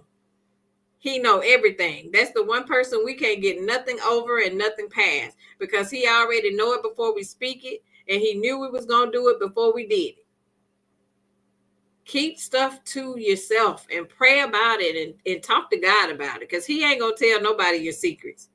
Man is man. These pastors, these church ladies and first ladies and usher board members and church mothers, all of them are human. None of them are perfect. And a lot of them walk around like they've been saved all their life. Ain't never sinned, ain't never been to a club, never been to a bar, ain't never drank, ain't never fornicated, and ain't never done any of that, and are so quick to turn their nose down at somebody else as if they are better. But baby, if you open up that closet, you would be surprised at all of the skeletons that'll fall out. So you need to be careful. You have to be careful. You really have to be careful. Let me go up and see that I miss any comments. This has been a fun topic, y'all. And I wanted to talk about it because of the whole Marvin Sapp situation, because a lot of people, were saying that people were taking what he did out of context, that wasn't what he was really speaking about. I see he did an interview over on, over on the Ricky Smiley Morning Show, and he was telling his reasoning behind doing what he was doing. Marvin Sapp to me is a minister of music. I can't speak to whether he was called to be a pastor or not, but to me, a lot of times these gospel singers will run to the pulpit because they feel like that's where they belong, and a lot of them need to continue to just being a minister of music and continue singing songs. Everything ain't for everybody. The pulpit ain't for everybody. It's not. My degree is real says my own family don't know my business. No way I'm telling pastor, not happening. Absolutely, because a lot of them want to hear your information so they can use it against you later. You know how they do on Mad Day. They want you to open up and tell them your business. And then when Mad Day comes, now everybody in the church know your business. Everybody in the church know your business. Teresa says, my old church, half the church are ministers or deacons. And they'll take advantage of your hospitality too. One thing about the church, they will work the crap out of you. Do you hear me? Don't volunteer one time. They'll call you every Sunday. Can you be a part of this board and this ministry? And can you be a part of the hospitality? Can you help feed? Can you help do this? Like, child, listen. Folks have a whole life outside of church. I get volunteering your services and your time sometimes. There's absolutely nothing wrong with that. But just like anywhere else, they tend to abuse the help of those who are freely giving of their time and of their service. You just can't keep using the same people over and over again. Mama V says, when we moved from Miami to Georgia, my uncle invited us to his church. My spirit was uneasy, so I stopped going. His wife found out she had breast cancer, and he left the wife for the girl, not the nurse. See? Girl, not the nurse. Oh my goodness. And it's so amazing how y'all remember Juanita Bynum? I fell in love with Juanita Bynum during her No More Sheets series. Y'all know that was years ago. And you used to couldn't tell me nothing about that lady. I was like, oh my gosh, she is so anointed, and oh my gosh, she can prophesy. And honey, I fell in love with her. But baby, she turned out to be another one. I remember she turned out to be another one that was up for a quick money grab. I remember seeing during COVID, she was selling prayer cloths. She had a whole, like, you want to purchase one of my anointed prayer cloths, and I've already anointed them with oil, and you can buy a prayer cloth. I'm sitting there like, girl, who buying a prayer cloth? Why are you not giving them away? And then you remember the situation that came up with her and her husband out in the parking lot fighting. So that's why I say, girl, don't y'all get so stuck on these church folks, because they're human. They be out here slanging and banging just like everybody else in the street. Girl, they be out here getting it in just like everybody in the street. I mean, they having a whole knock you down, drag you out in the parking lot. Pink Table Topics. Teresa says, yes, Juanita Bynum, blow on the line, and they all hit the floor. Girl, yes. Girl, it was a whole mess. It was a scandal, too, about Creflo Dollar, too, Teresa. I remember it was some situation with him and his daughter that was in the media. There was a whole big scandal going on. Teresa says, but the prayer cloth, and you're buy the prayer cloth, and you get a financial blessing by Thursday. Absolutely. Absolutely. Mama V says, my degree, she's talking to My Degree is Real. She says it's real people left the church and now it's closed. Girl, My Degree says, don't get me started with them folks selling healing oil, praying oil, cloths, you name it. Girl, they was selling everything. It was almost like they was, and that was another test to tell as well. When it came to a lot of these pastors, when COVID happened, girl, all of them started Facebook church. They had churches over Facebook. They had church on Instagram. They wanted to make sure they could keep their money going in. They even had one pastor that I saw, he was selling his blessed oil. He was y'all, I got so many church stories, but he was selling his blessed oil, trying to get people to buy his blessed oil. And I'm sitting there like, well, in my church, they just give it to you. The pastor pray over it, anoint it, and he give everybody a little bottle. So now y'all selling prayer cloths. She was selling the prayer handkerchiefs. I say, now talk about a money grab. Teresa says Creflo was supposed to have swooped his daughter's tail for leaving the house. Yeah, I think I remember it was something like that. I know it was something that he was in the media for. And I remember the scandal. What's that one pastor? Oh my gosh, what was his name? He's passed away now. God rest his soul. But Pastor Eddie Long, y'all remember him? That pastored at the church that Jamal Harrison Bryant currently pastors at New Birth in Atlanta. And the scandal that was behind him. I said, child, listen. Well, his wife stuck beside him to his last day. But baby, the scandals that came up in his name.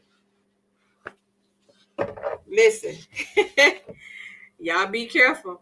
Yes, Teresa, the scandal about the boys. There was there was a scandal surrounding his illness as well. You remember he always was big and buff, always had the muscles back in the day, always was big, buff, and muscular. And then all of a sudden, you remember he lost all of that weight and got super. This was right before he passed and got super skinny. And he came out doing a video. I'll never forget, they was running that video all over social media with him being on a treadmill talking about he was on a diet.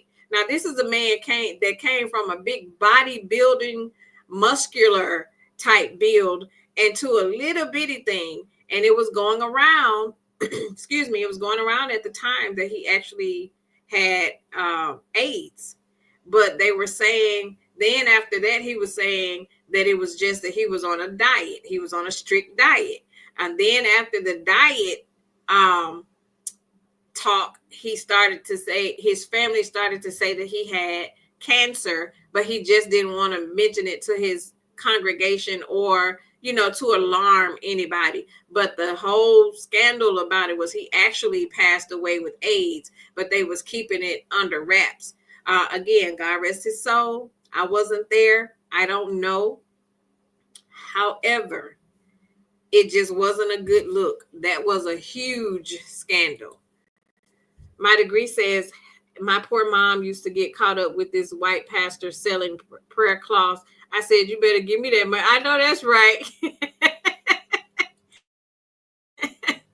Give me that money. Teresa said, we used to attend the church in Baltimore with Jamal Bryant. He was cheating on Giselle with that young girl and had a baby. The church refused to vote him out. Girl, they was standing beside that man. And he was cheating. He cheated on Giselle. He cheated on was it his first wife? I think wasn't he married before Giselle, or he had somebody before Giselle, and he cheated with Giselle on that person. And then he ended up getting with Giselle, cheated on her. Yes, had that baby by that young girl. I think he got like 5 kids. I know he has the 3 with Giselle, but he has 2 other ones. I think he got another daughter and another little boy. And it was a whole big scandal right before he got married with his new wife that he married now, Miss Carrie. It was another scandal with him. Girl, he'd been through it. And I used to like Jamal back in the day because he used to come to our church. He used to be one of the pastors that would come to our church when he was younger. And I used to really like him as a pastor. And girl, I got to hear his name all out and through these streets, and him being all at the club, smoking hookah and all of this kind of stuff. And then he talking about he was there ministering. Y'all better stay woke.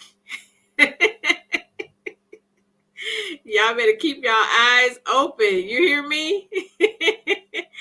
Mama V says, I still can see those biker shorts. Girl, don't remind me, sis. Girl, look at Miss Wynn. What? Girl, it was a mess. You hear me? It was a whole mess. So don't be fooled. Don't fall for the okie doke, y'all. That's why I don't listen. I'm so glad. I'm so grateful that I'm woke. I'm grateful that I know how to rightly divide the word of truth for myself. I'm thankful that I do have the spirit of discernment, and I'm thankful that I just didn't fall for the okie doke, and I can just really see people for who they are. I don't get so. It does not surprise me when you hear stuff about these pastors and the things that they do and the things that they say, because I always remind myself at the end of the day, they are human. They are human, and church is a job for a lot of them. A lot of them feel like I can still live my life and have, 4 and 5 different women in the street while I'm married, as long as I stand up behind this pulpit and read out of this Bible. A lot of them think that there's absolutely nothing wrong with that. And there are, unfortunately, and it's sad that there are a lot of people that are under these pastors' leadership that will overlook all of that stuff. They will act like they don't see it. They will act like they don't hear it. And they still will stand beside and ride for these pastors. And they will still try to talk his wife into staying and don't leave because of what it'll look like for the church. So again, you just have to be careful. Use your better judgment. To those of you who have a church home and you really enjoy your church home and it is serving the purpose that you desire for it to serve for you in your life, that is a blessing. I have one and it is a blessing, but I have also experienced church hurt. I have also witnessed what it looks like to have a pastor who really does not have the souls of the people at his best interest. So I have experienced that stuff. Church hurt is real. This pulpit pimping is real.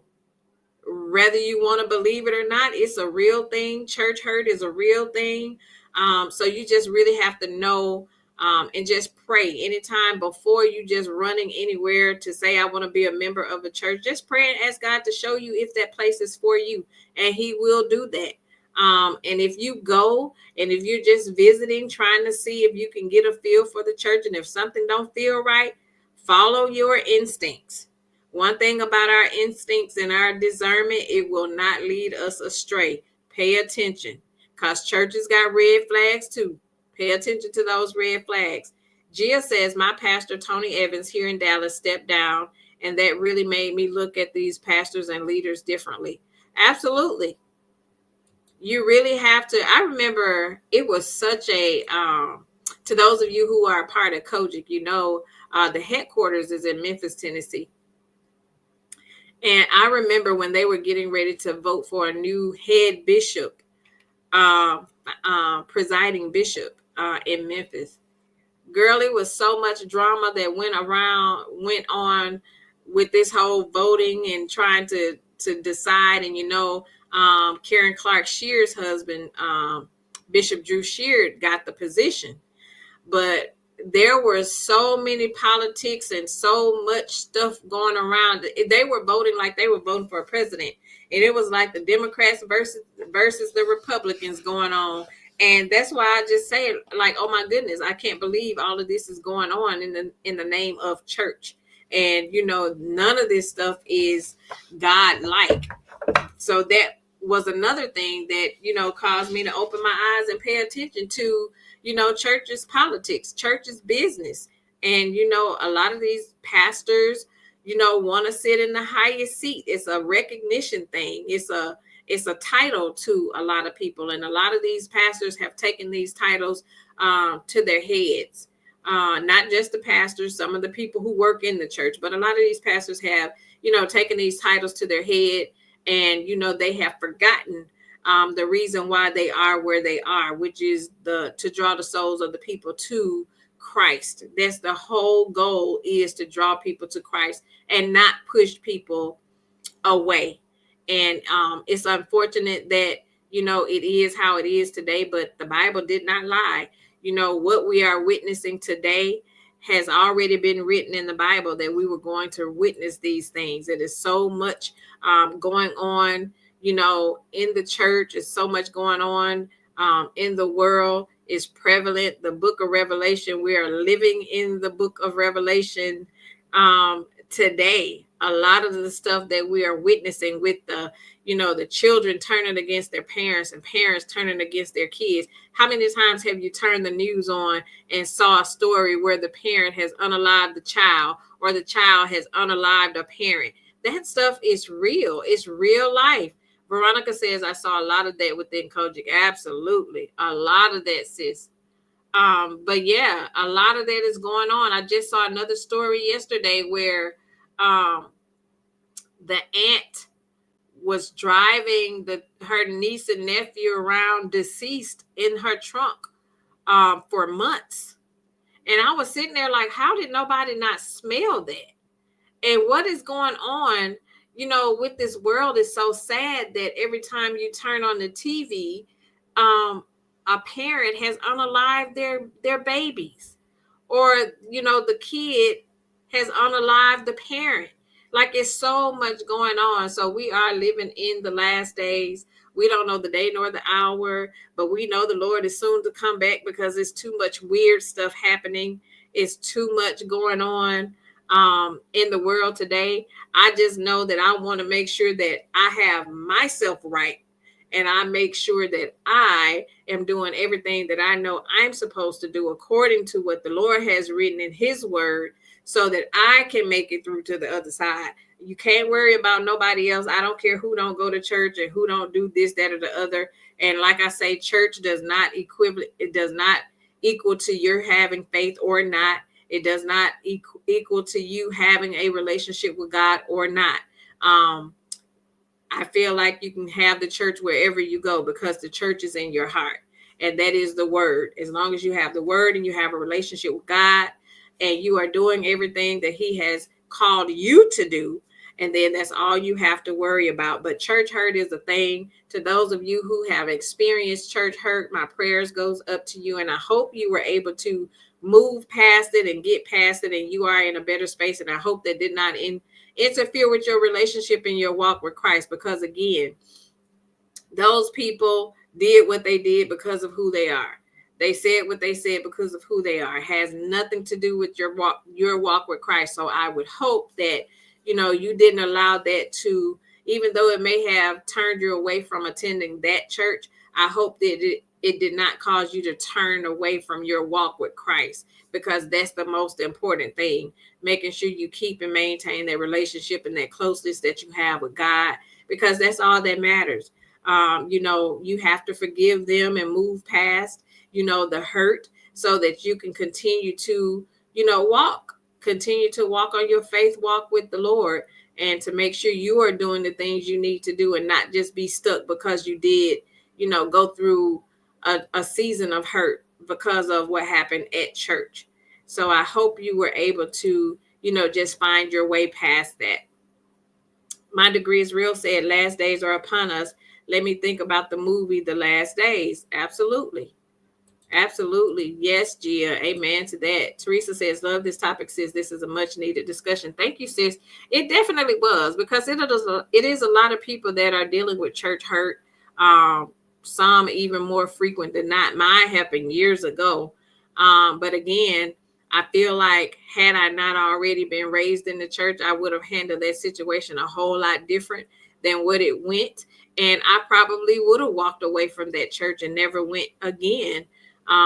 Because, you just don't say certain things to people, and you don't know what a person have, or you don't know what they don't have, and nor do you know what they are going through.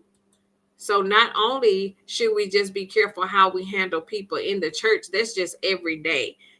That's just an everyday thing, just in life every day.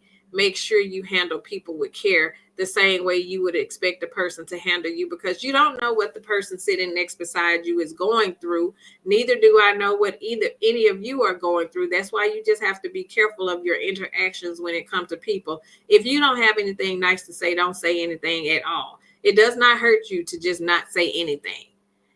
It does not cost a dime for you to just shut up. It really don't. It don't cost a dime for you to just keep your tongue, as my grandmother would say. Everything don't have to be said, whether you are thinking it or not. You don't have to say it. Everything that you are thinking does not have to be typed behind these computer screens on these keyboards just because you are thinking. Yes, everybody has an opinion, but nobody asks you for your opinion. So just because I may have an opinion of something don't mean that I have a right to say it or type it to a person, because you just don't ever know. So just be careful, of what you say. A lot of people are just mean for no reason and say things that should not be said. Learn how to read the room. Learn how to read the room. And just learn how to address people when you approach people. And again, if you don't have anything nice to say, just don't say nothing. Just scroll by, or just keep walking by, or just keep your mouth bright on your tongue, like my grandmother used to say. I was like, what that mean? She was like, shut up. So just bridle your tongue and don't say anything at all. If you can't say nothing nice, don't say nothing at all. Miss Wynn says yes. I forgave my pastor and moved forward. Well, praise the Lord. That's what it's all about. Forgive and move forward. Forgive and move forward. Did you all enjoy the topic? I had an amazing time talking to you all about church hurt. It was an amazing discussion. I hope you enjoyed it. I hope you were able to get something out of it. We are 2 hours in. Thank you all of you for rocking out with me and for joining me today for another Pink Table Topics. I have had a blast talking to y'all. This brought back childhood memories, going back talking about church. So it was amazing. Gia says, yes, I really enjoyed it. Thank you, Nashonda. Nashonda says, yes, this was a real good topic. Thank you, thank you, thank you. It was definitely a much needed discussion. But I pray that each and every one of you just keep your relationship with God. Just make sure you have a good relationship with the Lord. Do right by people. Do right by people the way you would want people to do right by you. And I feel like the world would be a better place. Can't we all just get along? Can't we all just get along? Thank you, Mama V. She said, I really enjoyed this live. Thank you. I enjoy having you.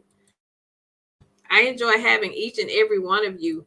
And that concludes our topic, y'all. That's all I had. I appreciate you all for hanging out with me for 2 hours and 5 minutes. I really appreciate you. I really appreciate you for just rocking out with me and being subscribed to the channel. What did you say? Veronica says, great topic. I am thankful for my Kojic upbringing. Me too, sis.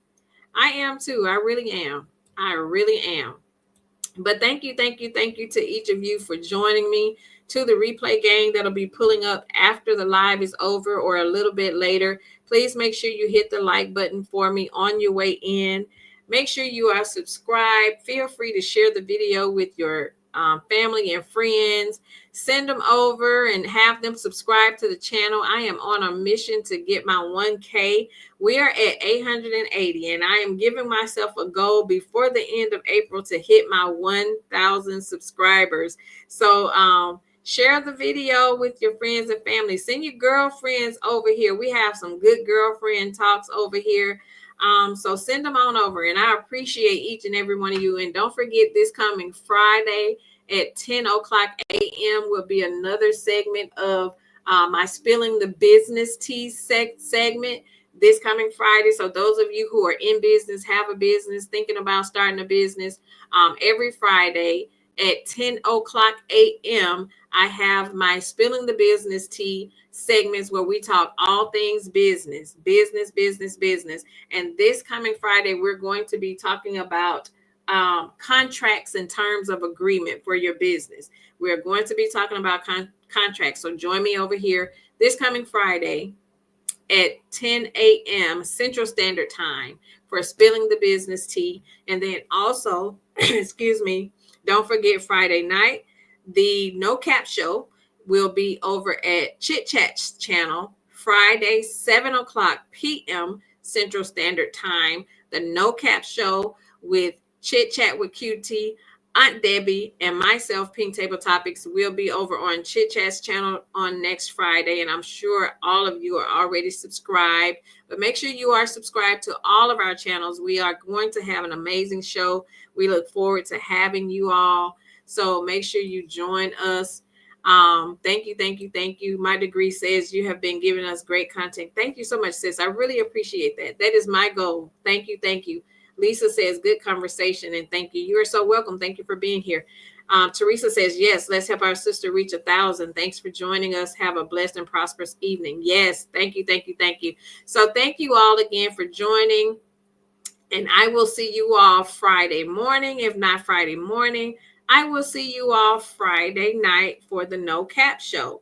Thank you. Have a good night. And I'm going to go up and speak to everybody before I end, but have a good night to everybody. I appreciate each and every one of you for being here and tuning in and joining in on the topic. Linda was here. Have a good night, Linda. Good night, Veronica. To my sis, my mod, my Riri, Teresa. Thank you so much for joining, sis. Thank you for modding, and you know I appreciate you. Good night, Salt and Light. Thanks for joining, sis. I appreciate you. Good night, Betty. Let's Be Clear. Have a good night, sis. I appreciate you for being here. Veronica, have a good night, sis. I appreciate you. Good night, Rosemary. Rosemary was here. Have a good night, Gia. Thanks so much for joining. Let me scroll. LaDawn was here. Mama V, have a good night, sis. Have a good night, CDW. I appreciate you for joining, sis. Aunt Debbie, have a good night, Aunt Debbie. Love you. Thank you for joining. I am blessed pecan Pam. Thanks, sis. I appreciate you for being here. Thanks for joining. Have a good night, Lisa. Thanks for joining. I had a great time with you ladies. TNT G Mom was here. Have a good night, sis. Thanks for joining. Let me scroll. Don't want to miss anybody. I'm scrolling. April was here. Have a good night, April. Thanks for joining. LaDawn, I think I said you, sis, but if I did not, have a good night. I love you. Thanks for joining. Kathy was here. Thanks for joining, Kathy. Have a good night, Diva. Thank you. Lisa, I think I got you. Thank you, sis. Brittany Janae was here. Thanks for joining, Brittany. Have a good night. Miss Wynn, have a good night, sis. Thanks for joining. I appreciate you. I'm scrolling. Girlfriend Chronicles was here. Thanks for joining, sis. I appreciate you for being here. Thank you. I'm scrolling. I think I got you my degree. If not, thank you, sis. I appreciate you. I am blessed pecan Pam. Thanks, Diva, for joining. I appreciate you. Nashonda, have a good night, Diva. Thanks for joining. Thank you. I think I have everybody. I'm scrolling. Thank you to each of you. Thank you. And I think I have everybody. Mama V, have a good night, sis. Thanks for joining. Good night. Have a good night. And I'll talk with you soon.